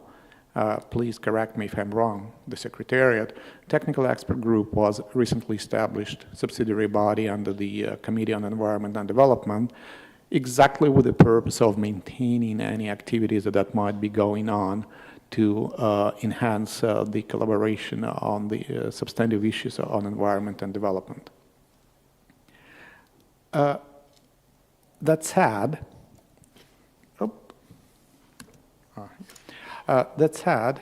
we wanted actually to streamline the decision in a way it could properly plug into the accepted practice and procedures for the ESCAP. When we talk about the continuation to, when we talk about the promotion of the cooperation, so then definitely we would like that to be a broad collaboration at all levels, but not just, multi-stakeholders cooperation. Multi-stakeholders does not include explicitly, or I would say in my rigoristic legal approach, it does not apply to intergovernmental process in UN terminology. So this is a very serious systemic flaw. That's why we suggested to promote cooperation at all levels. Then, the original text deals with the NDCs. We definitely would like to bypass this very specific subject. And my humble self, being a former climate negotiator, I do know actually what is behind the NDCs, what are the basic principles governing the NDCs, what are the contributions that the countries are supposed to submit with regard to the NDCs. We definitely would like to avoid narrowing down the activities in ESCAP and putting the stringent short of NDCs on them. That's why we talk about something which we borrowed from the title of the document prepared by the Secretariat, which is Climate-Sensitive Urban Development. And then, it is not, if I may borrow this actually phrase, if we are not married to the idea of developing some kind of initiative, but okay, we are not standing in the way of considering the possibility of addressing such option. That's why the proposal that appropriate subsidiary body under the committee may consider various options, possibly kind of initiatives as well. That's why we say to consider options, not necessarily one initiative, but many options. To do what? To better integrate urban component, which is actually the subject to which the UN Habitat dedicated its thematic report. So why not to give the mandate to the Technical Expert Group on Environment and Development to think about possible options, how we can better integrate the urban component into national climate strategies, and submit its conclusions to, as appropriate, or we will actually along the lines of established practice and procedures to the session of the Committee on Environment and Development for consideration and possible actions. Until and when it is done, we are not ready to give a green light to this whole idea. So to summarize, we are not at this point of time, we are not standing in the way of considering the possible initiatives how to include the component, the urban component into the climate strategies, national climate strategies. We only want to streamline it in accordance with the established practice. And we would like to fix those systemic flaws we found in the text with regard to the intergovernmental nature of the UN ESCAP. And last but not least, definitely, if any kind of actual meeting or any kind of activities to be pursued, then it's within existing mandate and available resources, and we do not mind to add this caveat into the text we proposed. Thank you. Thank you, distinguished delegate from Russia, for the rationale behind the changes proposed. I would like to ask the Secretariat, maybe, to actually provide your inputs. Thank you, Madam Chair. Certainly, Secretariat is in position to receive guidance from our member state to further develop the program of this commission. And I also appreciate the guidance provided by distinguished delegate from Russian Federation. So, but I would like, on behalf of Secretariat, I would like to seek your clarification and guidance.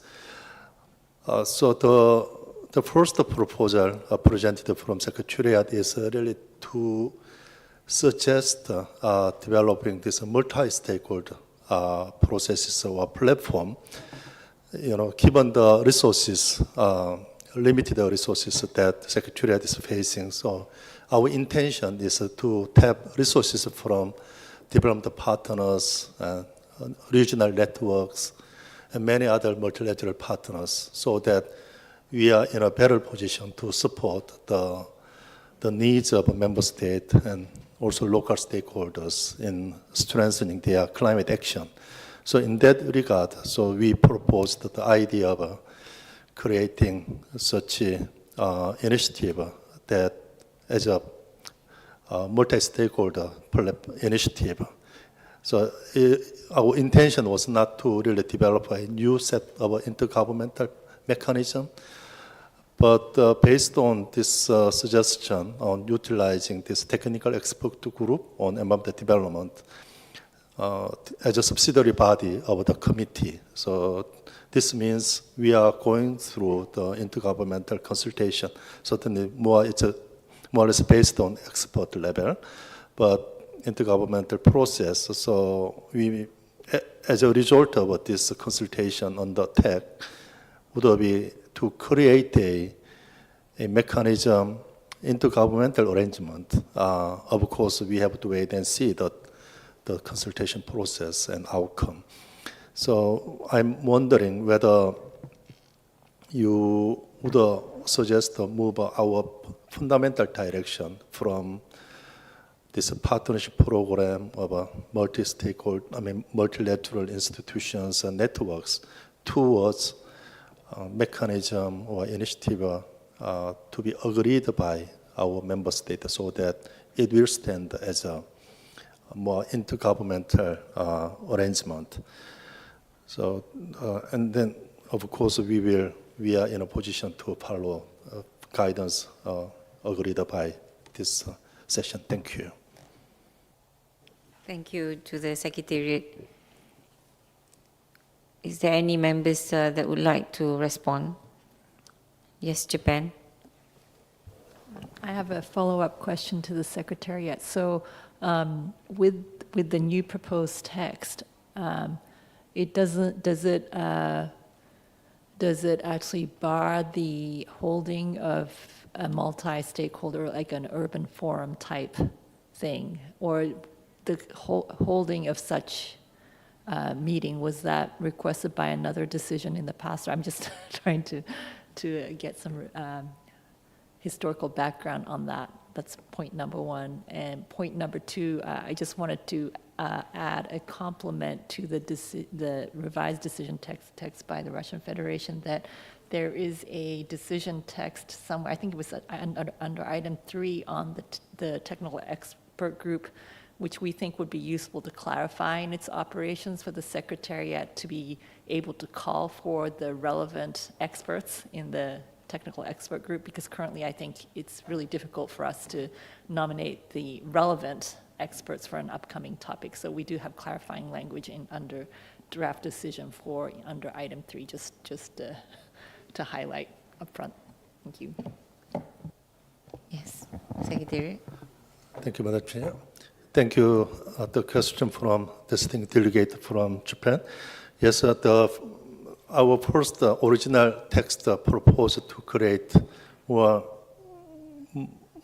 We were not proposing to create intergovernmental mechanism, intergovernmental arrangement. More, it's a flexible multi-stakeholder initiative, especially involving multilateral regional institutions and networks as a means to provide a capacity building support. So that is our intention. And on technical expert group, Secretariat also faces the same, challenge. The Secretariat's program, especially those programs identified by last committee, and then adopted by ministerial declaration, at least it identifies 5 areas. When we look at the subset of those 5 priority areas, it covers more diverse areas. There is no single expert that can have expertise in all those 5 areas. So we were inviting, according to terms of reference, we were requesting member states to nominate 2 national experts for tech. But again, 2 experts cannot cover all those 5 areas. But nevertheless, the terms of reference about the tech also provide to engage other national experts relevant to the topics of a particular session.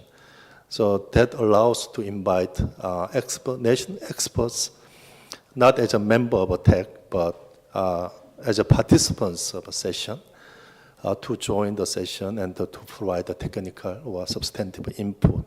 In that regard, so we have the tech members with the term of 3 years, but on the other hand, but to supplement this, so we have a flexibility to engage national expert at ad hoc basis according to the topic of a particular session. Thank you. Thank you, Secretariat. So moving forward, would the delegates from Russia Federation would like to respond back after listening to the statement made by this Secretariat? If I may, Madam Chair, I'm not sure that I've got a crystal clear picture in my head, taking into account the comments made by the Secretariat. But if my assumption is correct, and if the only thing the Secretariat wanted actually to do, it's to engage or to address the collaboration at stakeholders level, so then I'm even more perplexed, because actually ESCAP, it is an intergovernmental body, and we are addressing issues which by definition relate to the mandate of member states.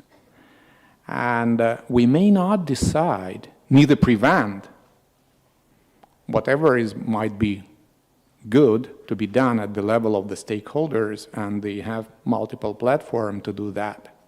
And I do not see the reason why we may play a role of mentors dictating to the stakeholders what we want them to do. That's how I would read actually the first sentence. If it is underscored, the whole initiative was about only stakeholders.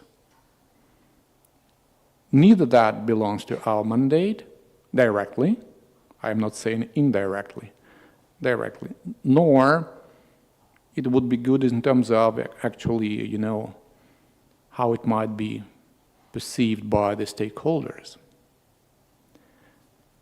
And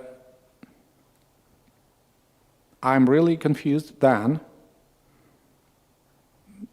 when I see, I repeat it again, what I deduced, that the whole idea was to focus on the stakeholders' cooperation. So I do not believe that this is appropriate. If it is indeed the case, so then we can simply design completely new and very short phrase that the Committee on Environment and Development underscored the need to deeply engage stakeholders in addressing the climate-related policies and its urban component, full stop. I'm not suggesting the text, I'm just talking on top of my head.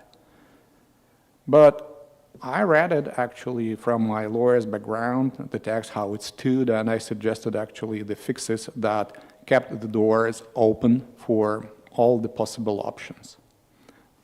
You ask me right now bluntly what we can do if it is only about stakeholders, so then I say, okay, let's delete the whole sentence I was referring to with regard to the possible employment of the potential of the technical expert group.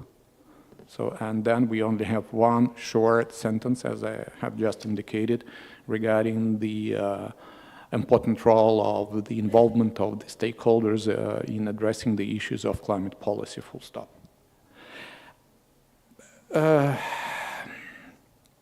This is something actually that might be the real track change. The real track change. So I would suggest, I really would love to maintain the text my delegation proposed because it has the doors open for all possible options. It talks about the need to enhance to promote cooperation at all levels, on enabling climate-sensitive urban development. This is the subject of the document which has been prepared by the Secretariat. And this was the issue addressed thoroughly by many delegations. And then, if there might be any option how we can improve the integration of the urban component into the national climate strategies, they know why not to employ the mechanism we designed to maintain the activities of the Committee on Environment. My apologies for those kind of actually lengthy leapfrogging comments. I was as confused as anybody else may be, but I suggest, I still believe that the text my delegation proposed may address all the issues raised. Thank you.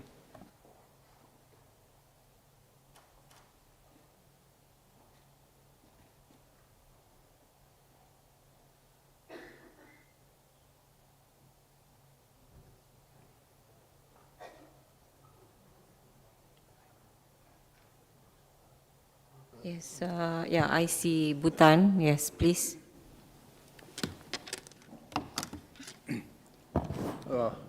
Thank you, Madam Chair.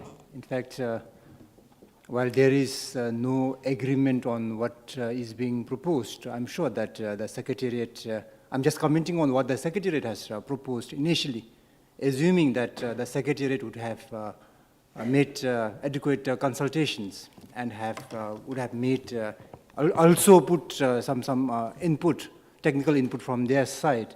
So in that regard, we have to be considerate about the emissions, not only in the urban areas, In fact, especially in the Asia and the Pacific, majority of the emissions still will be from rural areas, attributed largely from rural areas. So until the time that the dynamics changes, our proposal is that we don't qualify urban areas, rather say like member states. If it is to do with NDCs, it has to be in the member states. And if urban has to be qualified, we have to say, especially in the urban areas. So our proposal is that rather than saying urban areas, can we qualify member states in the member states? And emphasis, if required, could be given to urban areas. Thank you. Thank you, distinguished delegate from Bhutan. So you are asking, based on the original text, to change the word urban areas into member states. Maybe Secretariat, if that's in terms of the wording, the third line. Yeah, if you can propose. So Bhutan, are you proposing that on the original text, on the third line, cooperation on implementing the nationally determined contributions in urban areas? So in the member states, yes, Madam Chair. In member states. In the member states. In the member states instead of urban areas. Yes, this is in view of, again, our, in fact, argument about contributions, significant contributions from rural areas as well. And the definition of urban areas still is not standard for many of the member states. Okay, all right. Thank you. Thank you very much. Is there any other views from other member states? Yes, Russian Federation. Madam Chair, distinguished colleagues, I would like to make it absolutely clear, explicitly clear, that it is not our intention to continue with this snowball growing bigger and bigger. I can only indicate that if we go in this direction, that we might have many challenges of unresolvable nature. I also see the conflicting opinion and conflicting ideas about the whole exercise. One being the proposal of the Secretariat to temper the multi-stakeholders level. I'm keeping aside the issue regarding the prerogatives of the Secretariat to propose something within the course of the intergovernmental process. Okay, I'm keeping that aside. So this is one issue. The second issue, the specificity of the climate negotiations and the appropriate fora for addressing those kind of issues. That's why, at least on behalf of my delegation, I said that for us it is absolutely non-starter if we go into the deep level of or great level of details, and specifically if we explicitly refer to NDCs. And the latest, actually, proposal made by the distinguished colleague of Bhutan only confirms that we have a random assembling of absolutely different ideas that they do not plug into the decision as was originally proposed, actually, originally reflected in the document. That's why, at least in our exercise, we tried to stick to the original idea of addressing the subject of the document, urban component. Okay, urban component.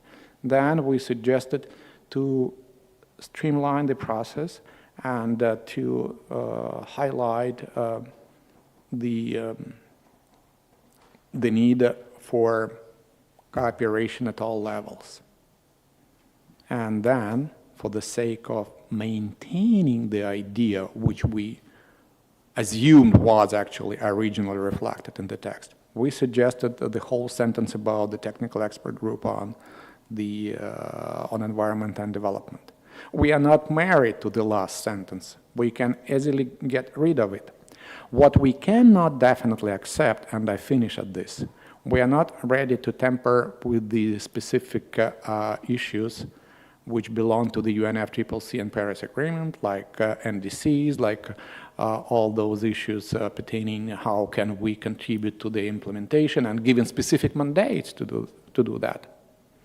So my suggestion then would be that we chop off the second sentence in our proposal regarding the technical expert group and all these options, how to better integrate urban component into the national climate strategies, and as a second option for the consideration by the colleagues. And we stick only to the very first sentence of that Committee on Environment and Development requests the Secretariat to continue to promote cooperation at all levels on enabling climate-sensitive urban development, full stop. That's it. That might be the minimus approach, so to say. Thank you. Thank you very much, distinguished delegate from Russia Federation. I think it's very clear on the guidance given just now. So the Secretariat, would you like to respond on that? There's a suggestion is the committee.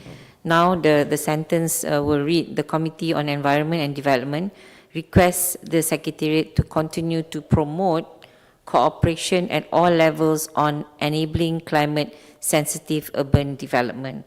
So Russia Federation is willing to, in view of the Secretariat's response just now, to omit the last sentence, right? Yeah, and that's what I understood from the clarification given. Response from the Secretariat? Thank you, Madam Chair. We are not in a position to respond to these suggestions from distinguished delegate from Russian Federation, but regarding the point raised by distinguished delegate from Bhutan, we would like to bring your attention to this agenda item. Indeed, ESCAP, as an entire ESCAP Secretariat, is working on climate action, supporting climate action of a member state in the area of, and also energy transport in multiple areas. But as our distinguished delegate from Russian Federation pointed out, we would, this agenda item and then the Secretariat's work under this committee really focus on this urban and climate action nexus. So we would like to seek your understanding about this scope of the agenda item and program under this committee. Thank you. Thank you, Secretariat. I would also like to ask Japan, based on the proposal from the Russia Federation and your, is there something, is there phases or sentences in the original text which you had amended that you would like to bring to the first statement? Yeah. Of course, we have a brand new text, so I need consultation with Capital, so that's my caveat. But just looking at the proposed text, and this is again a first pass comment, I think it's fairly operational. It's probably clearer actually than the original. Oh, you decided to delete it. It's operationalizable. It is clearer than the actual text from impression. But if we were to, oh well, you deleted it. But if you were to keep that second component, again, as I said earlier, we have added language on item number 3, decision, I think was 4, which provides guidance on how to better operationalize the technical expert group. So in complement with those two, we even find this second component fairly clear. So I just need clearance on Capital. All right. Yeah, if I understand from the suggestions from Japan, so if we were to look at the first, the proposal from Russia Federation, and the original text with amendments. You are proposing that to add in the words as appropriate within existing mandates and available resources. Is that it? Yeah. Okay. Thank you, Madam Chair. Yes, that is a concept that we would like to be embedded in most decisions because that gives us clarity on the mandate scope. Right. Thank you very much, delegates from Japan. Right. Yes, the floor for Russia Federation. Thank you, Madam Chair. It's definitely not my intention to usurp the mic, and the only reason I flagged for the floor right now, it seemed to me that it might be more comfortable, at least for one delegation, as it was just mentioned now, to maintain the second part of the proposal we made, my delegation made. So, of course, we will be more than happy to retain the second sentence as it stands now, if it actually, if it is helpful for a number of reasons for some delegations. So we may, of course, go along with maintaining the second part, the second sentence in our proposal. The only reason why I said that, okay, we can chop off the second sentence, it's only because I thought it might be a good landing point for delegations. If not, then okay, I repeat again, we genuinely believe that two sentences, as we suggested, as amended, including, of course, this added regarding the as appropriate within existing mandate and resources, it's absolutely fine, not debatable. So we suggest to stick to this text, and it might be a happy end for the day. Thank you. Yeah, so if I can read now the sentence that has been proposed or that we have been deliberating in the last probably 20 minutes, is the Committee on Environment and Development requests the Secretariat to continue to promote cooperation at all levels on enabling climate-sensitive urban development as appropriate within existing mandates and available resources. The committee also requests technical expert group on environment and development to consider options for better integration of urban component into national climate strategies and submit its conclusion on the subject to the 9th session of the Committee on Environment and Development for further consideration and possible action. Right, okay.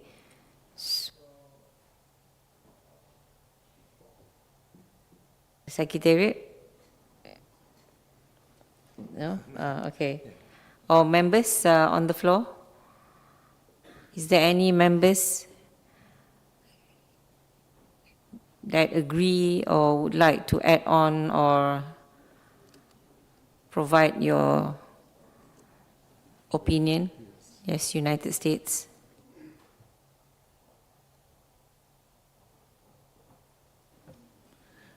Sorry, I just wondered if it was maybe worth moving Japan's insertion on mandates and resources to the end to ensure that that covers also the work of the technical, the TEG, Technical Expert Group. So the proposal is to move as appropriate within existing mandates and available resources to the end of the text. Can we move that, Secretary, and see how it looks like? Yeah, be after the word possible action.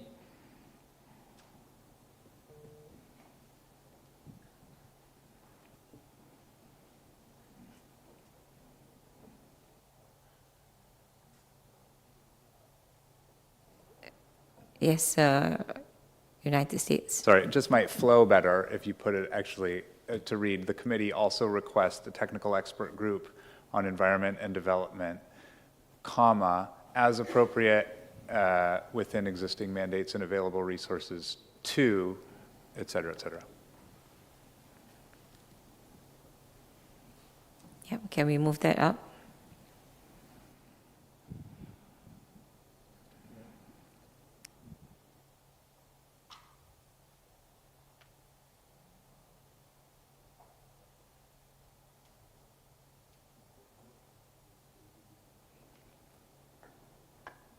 Okay. Any other views from the floor? Respected Chair. From India, Madam. Respected Madam. Madam, we can just put, the committee also requests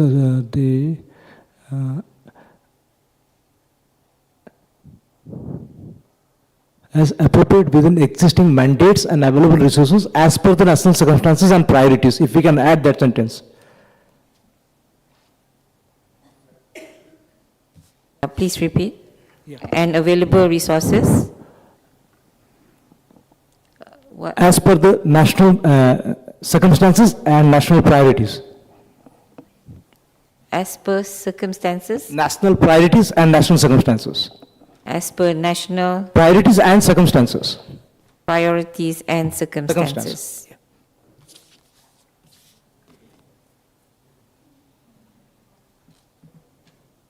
Can I ask the Secretariat to respond? Thank you for the input from distinguished delegate.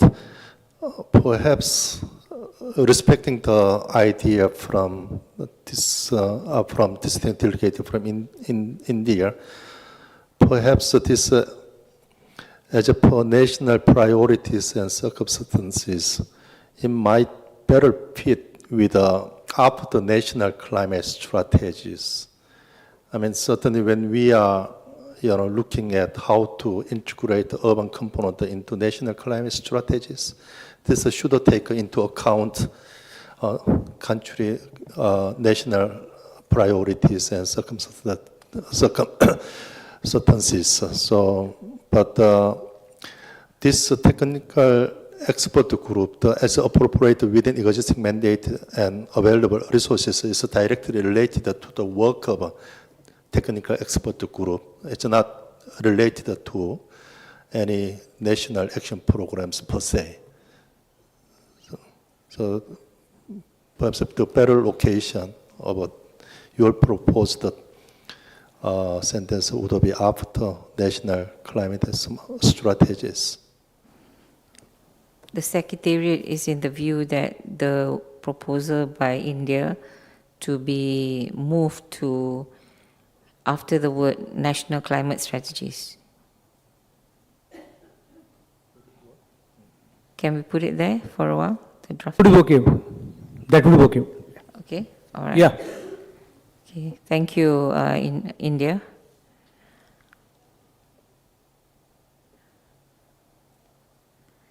So is there any other representatives that would wish to speak? Do you want me to read this again in full? Okay. So the Committee on Environment and Development requests the Secretariat to continue to promote cooperation at all levels on enabling climate-sensitive urban development.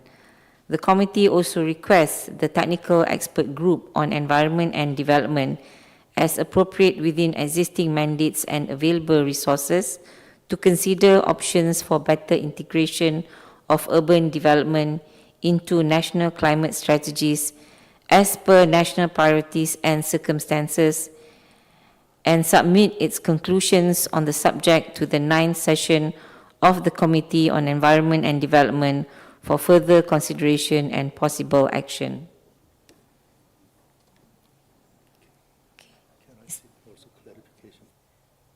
Okay, the Secretariat, yes? Yes, the delegate from Japan.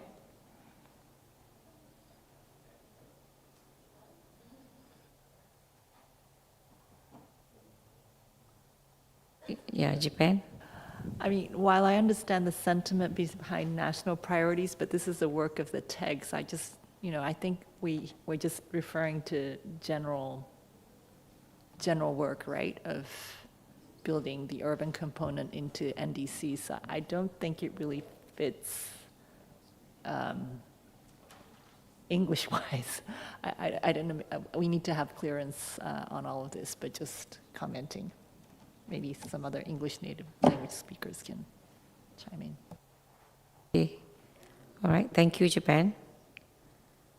The Secretariat?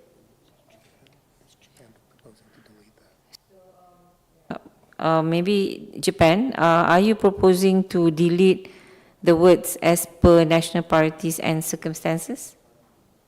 Yes, because I think what we're talking about here is just generic work, right? It's generic work. It's not for a country-specific thing per se at the technical expert group level. So I personally don't think it really makes sense. It is confusing for me, this insertion. Thank you, Japan. India, can you respond to that, please? Yeah. Actually, respected madam, actually these national circumstances and priorities are based on the country-specific national action plans, and moreover we are also preparing the NDCs and updating it at all levels. So we always prefer to write that particular statement, keeping in view that our country's national circumstances are protected based on the domestic laws and regulations. That was my intent, nothing beyond that, yeah.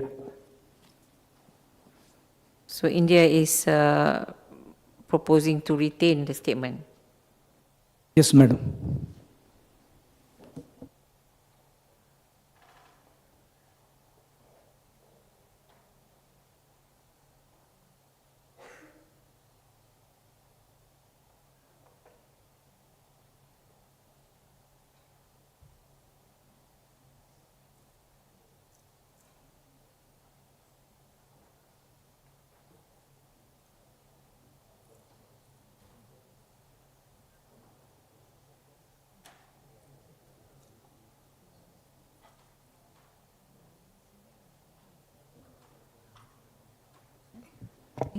Maybe the Secretariat can respond.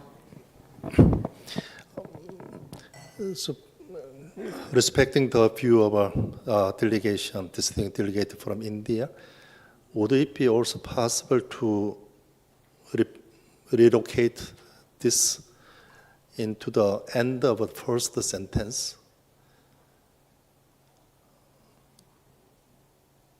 So that's one proposal for your consideration.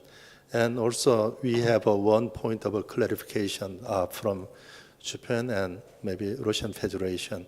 Here, within existing mandate, but the decision, the committee request the tech means this committee is giving a mandate to technical expert group to consider what to carry out consultation on this. So which means so you are providing mandate to tech to carry out this assignment. So wondering in that case whether the word within existing mandate would fit with this decision.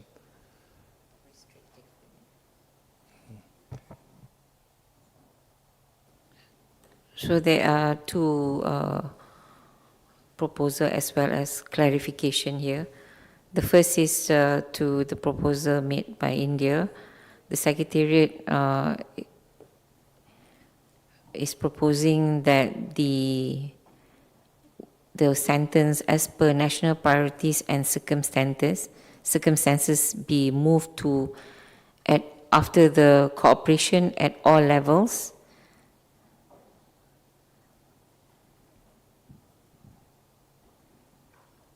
As per national, no.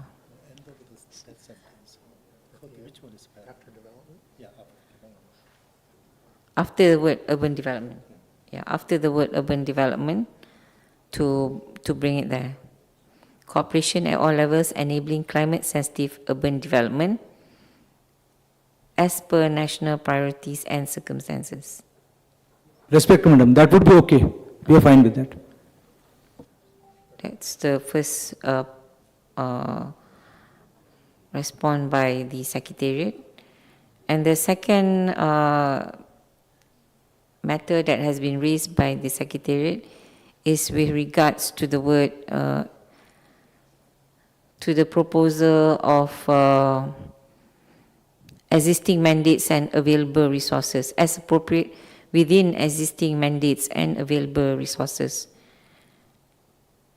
Whether or not this is in line with the whole idea of a technical expert group on environment. You know?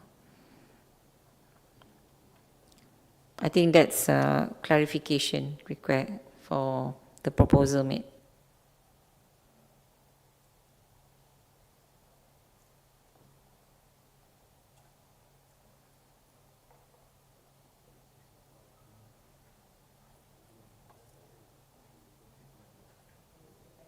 Yes, Japan. So on within existing mandates would probably fit on the first sentence, right? Because it's not the TEG's existing mandate. Can you suggest So the insertion? moving it to the first sentence at the end. The committee. After urban development. Okay. So now we've added. So move the as appropriate within existing mandates. Okay.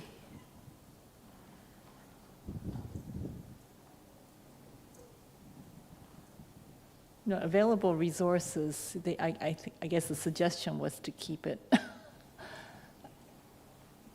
So to move include as in the technical expert group, correct? So as appropriate within existing mandates after urban development. So move the word as appropriate within existing mandates to after the word urban development. And as per national priorities, and you can take Japan off of that bracket. Yeah. So the Committee on Environment and Development requests the Secretariat to continue to promote cooperation at all levels on enabling climate-sensitive urban development as appropriate within existing mandates. And the following sentence, as appropriate within available resources. Would that satisfy the United States? As appropriate within available resources.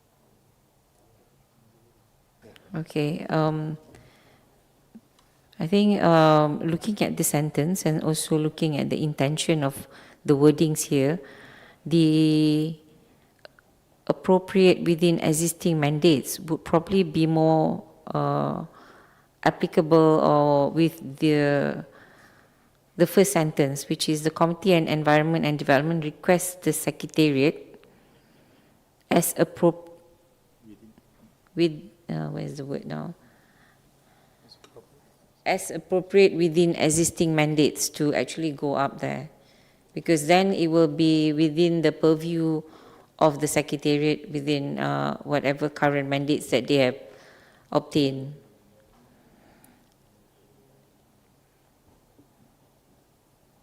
So it will be the Committee on Environment and Development requests the Secretariat as appropriate within existing mandates to continue to promote cooperation at all levels on enabling climate-sensitive urban development as per national priorities and circumstances.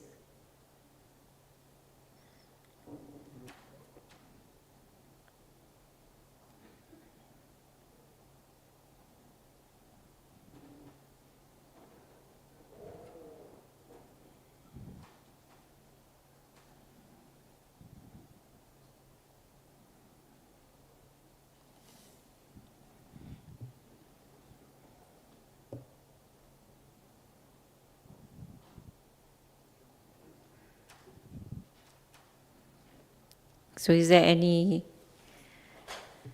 other representatives that wish to comment or provide or wishes to speak? Yes, Russia Federation. Thank you, Madam. Thank you, Madam. Nothing drastic and kind of nitpicking. We talk about mandate of the Committee on Environment and Development. It has to be in singular. It wasn't plural because we were trying to accommodate both committee and technical expert group. So then it could, in that case, that was legitimately plural. But now it has to be singular. Thank you. Thank you, Russian Federation. So, okay. Right. So I would want to read this again, and I hope we can conclude this decision too. The Committee on Environment and Development requests the Secretariat, as appropriate within existing mandate, to continue to promote cooperation at all levels on enabling climate-sensitive urban development as per national priorities and circumstances. The committee also requests the Technical Expert Group on Environment and Development, as appropriate within available resources, to consider options for better integration of urban component into national climate strategies and submit its conclusions on the subject to the 9th session of the Committee on Environment and Development for further consideration and possible action.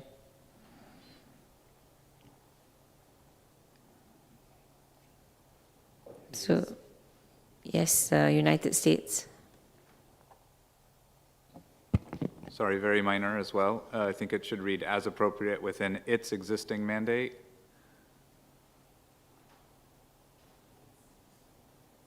And then further down, to consider options for better integration of, we need something between of and urban, so of urban, either of urban components into national climate strategy or of an urban component. I don't know what the intention is, but there just needs to be a word there. Of urban components.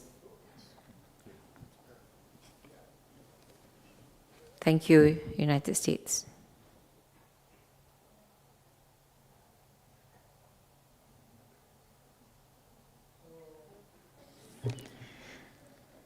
So if there's any other persons in the room that would like to speak for us to conclude this decision too.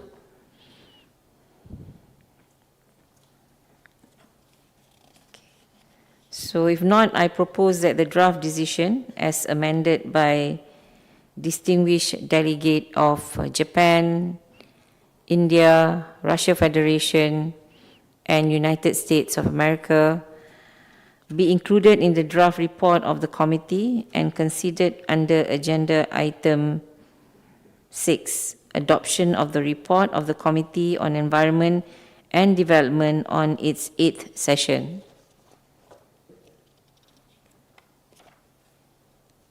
So if there is no further comment on this agenda item, let me thank you all for your participation and insightful remarks and for a productive discussion.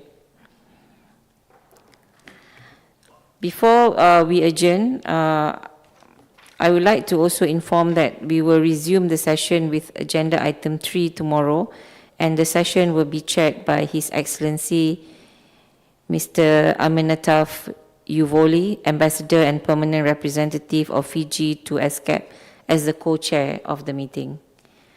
I now invite the Secretariat to make some announcements. Thank you. Thank you very much, Madam Chair. Excellencies, distinguished delegates, we're grateful to all of you for your active participation throughout the day. As the Chair has just indicated, the committee will reconvene tomorrow at 9 a.m. in this same conference room to take up agenda item 3, review of the program of work of the Secretariat to address environment and development challenges. The document for this agenda item is ESCAP/CED 8/4, which can be downloaded or available for viewing on the CED website. Just an advance notice of side events tomorrow to take place. One, also during the break from the morning to the afternoon session, The first will be a regional collaboration for smart cities, co-organized by ESCAP, the governments of Laos, PDR, Cambodia, and Thailand. And the second, review of air quality status and actions in Asia and the Pacific, co-organized by ESCAP, UNEP, the governments of Japan and the Republic of Korea, along with the Asian Disaster Preparedness Center. More information is available on those side events at the CED website as well. With that, we wish you a good evening, and we look forward to seeing you tomorrow. Madam Chair, back to you. Thank you, Thank you, Secretariat. I declare the meeting adjourned. Thank you.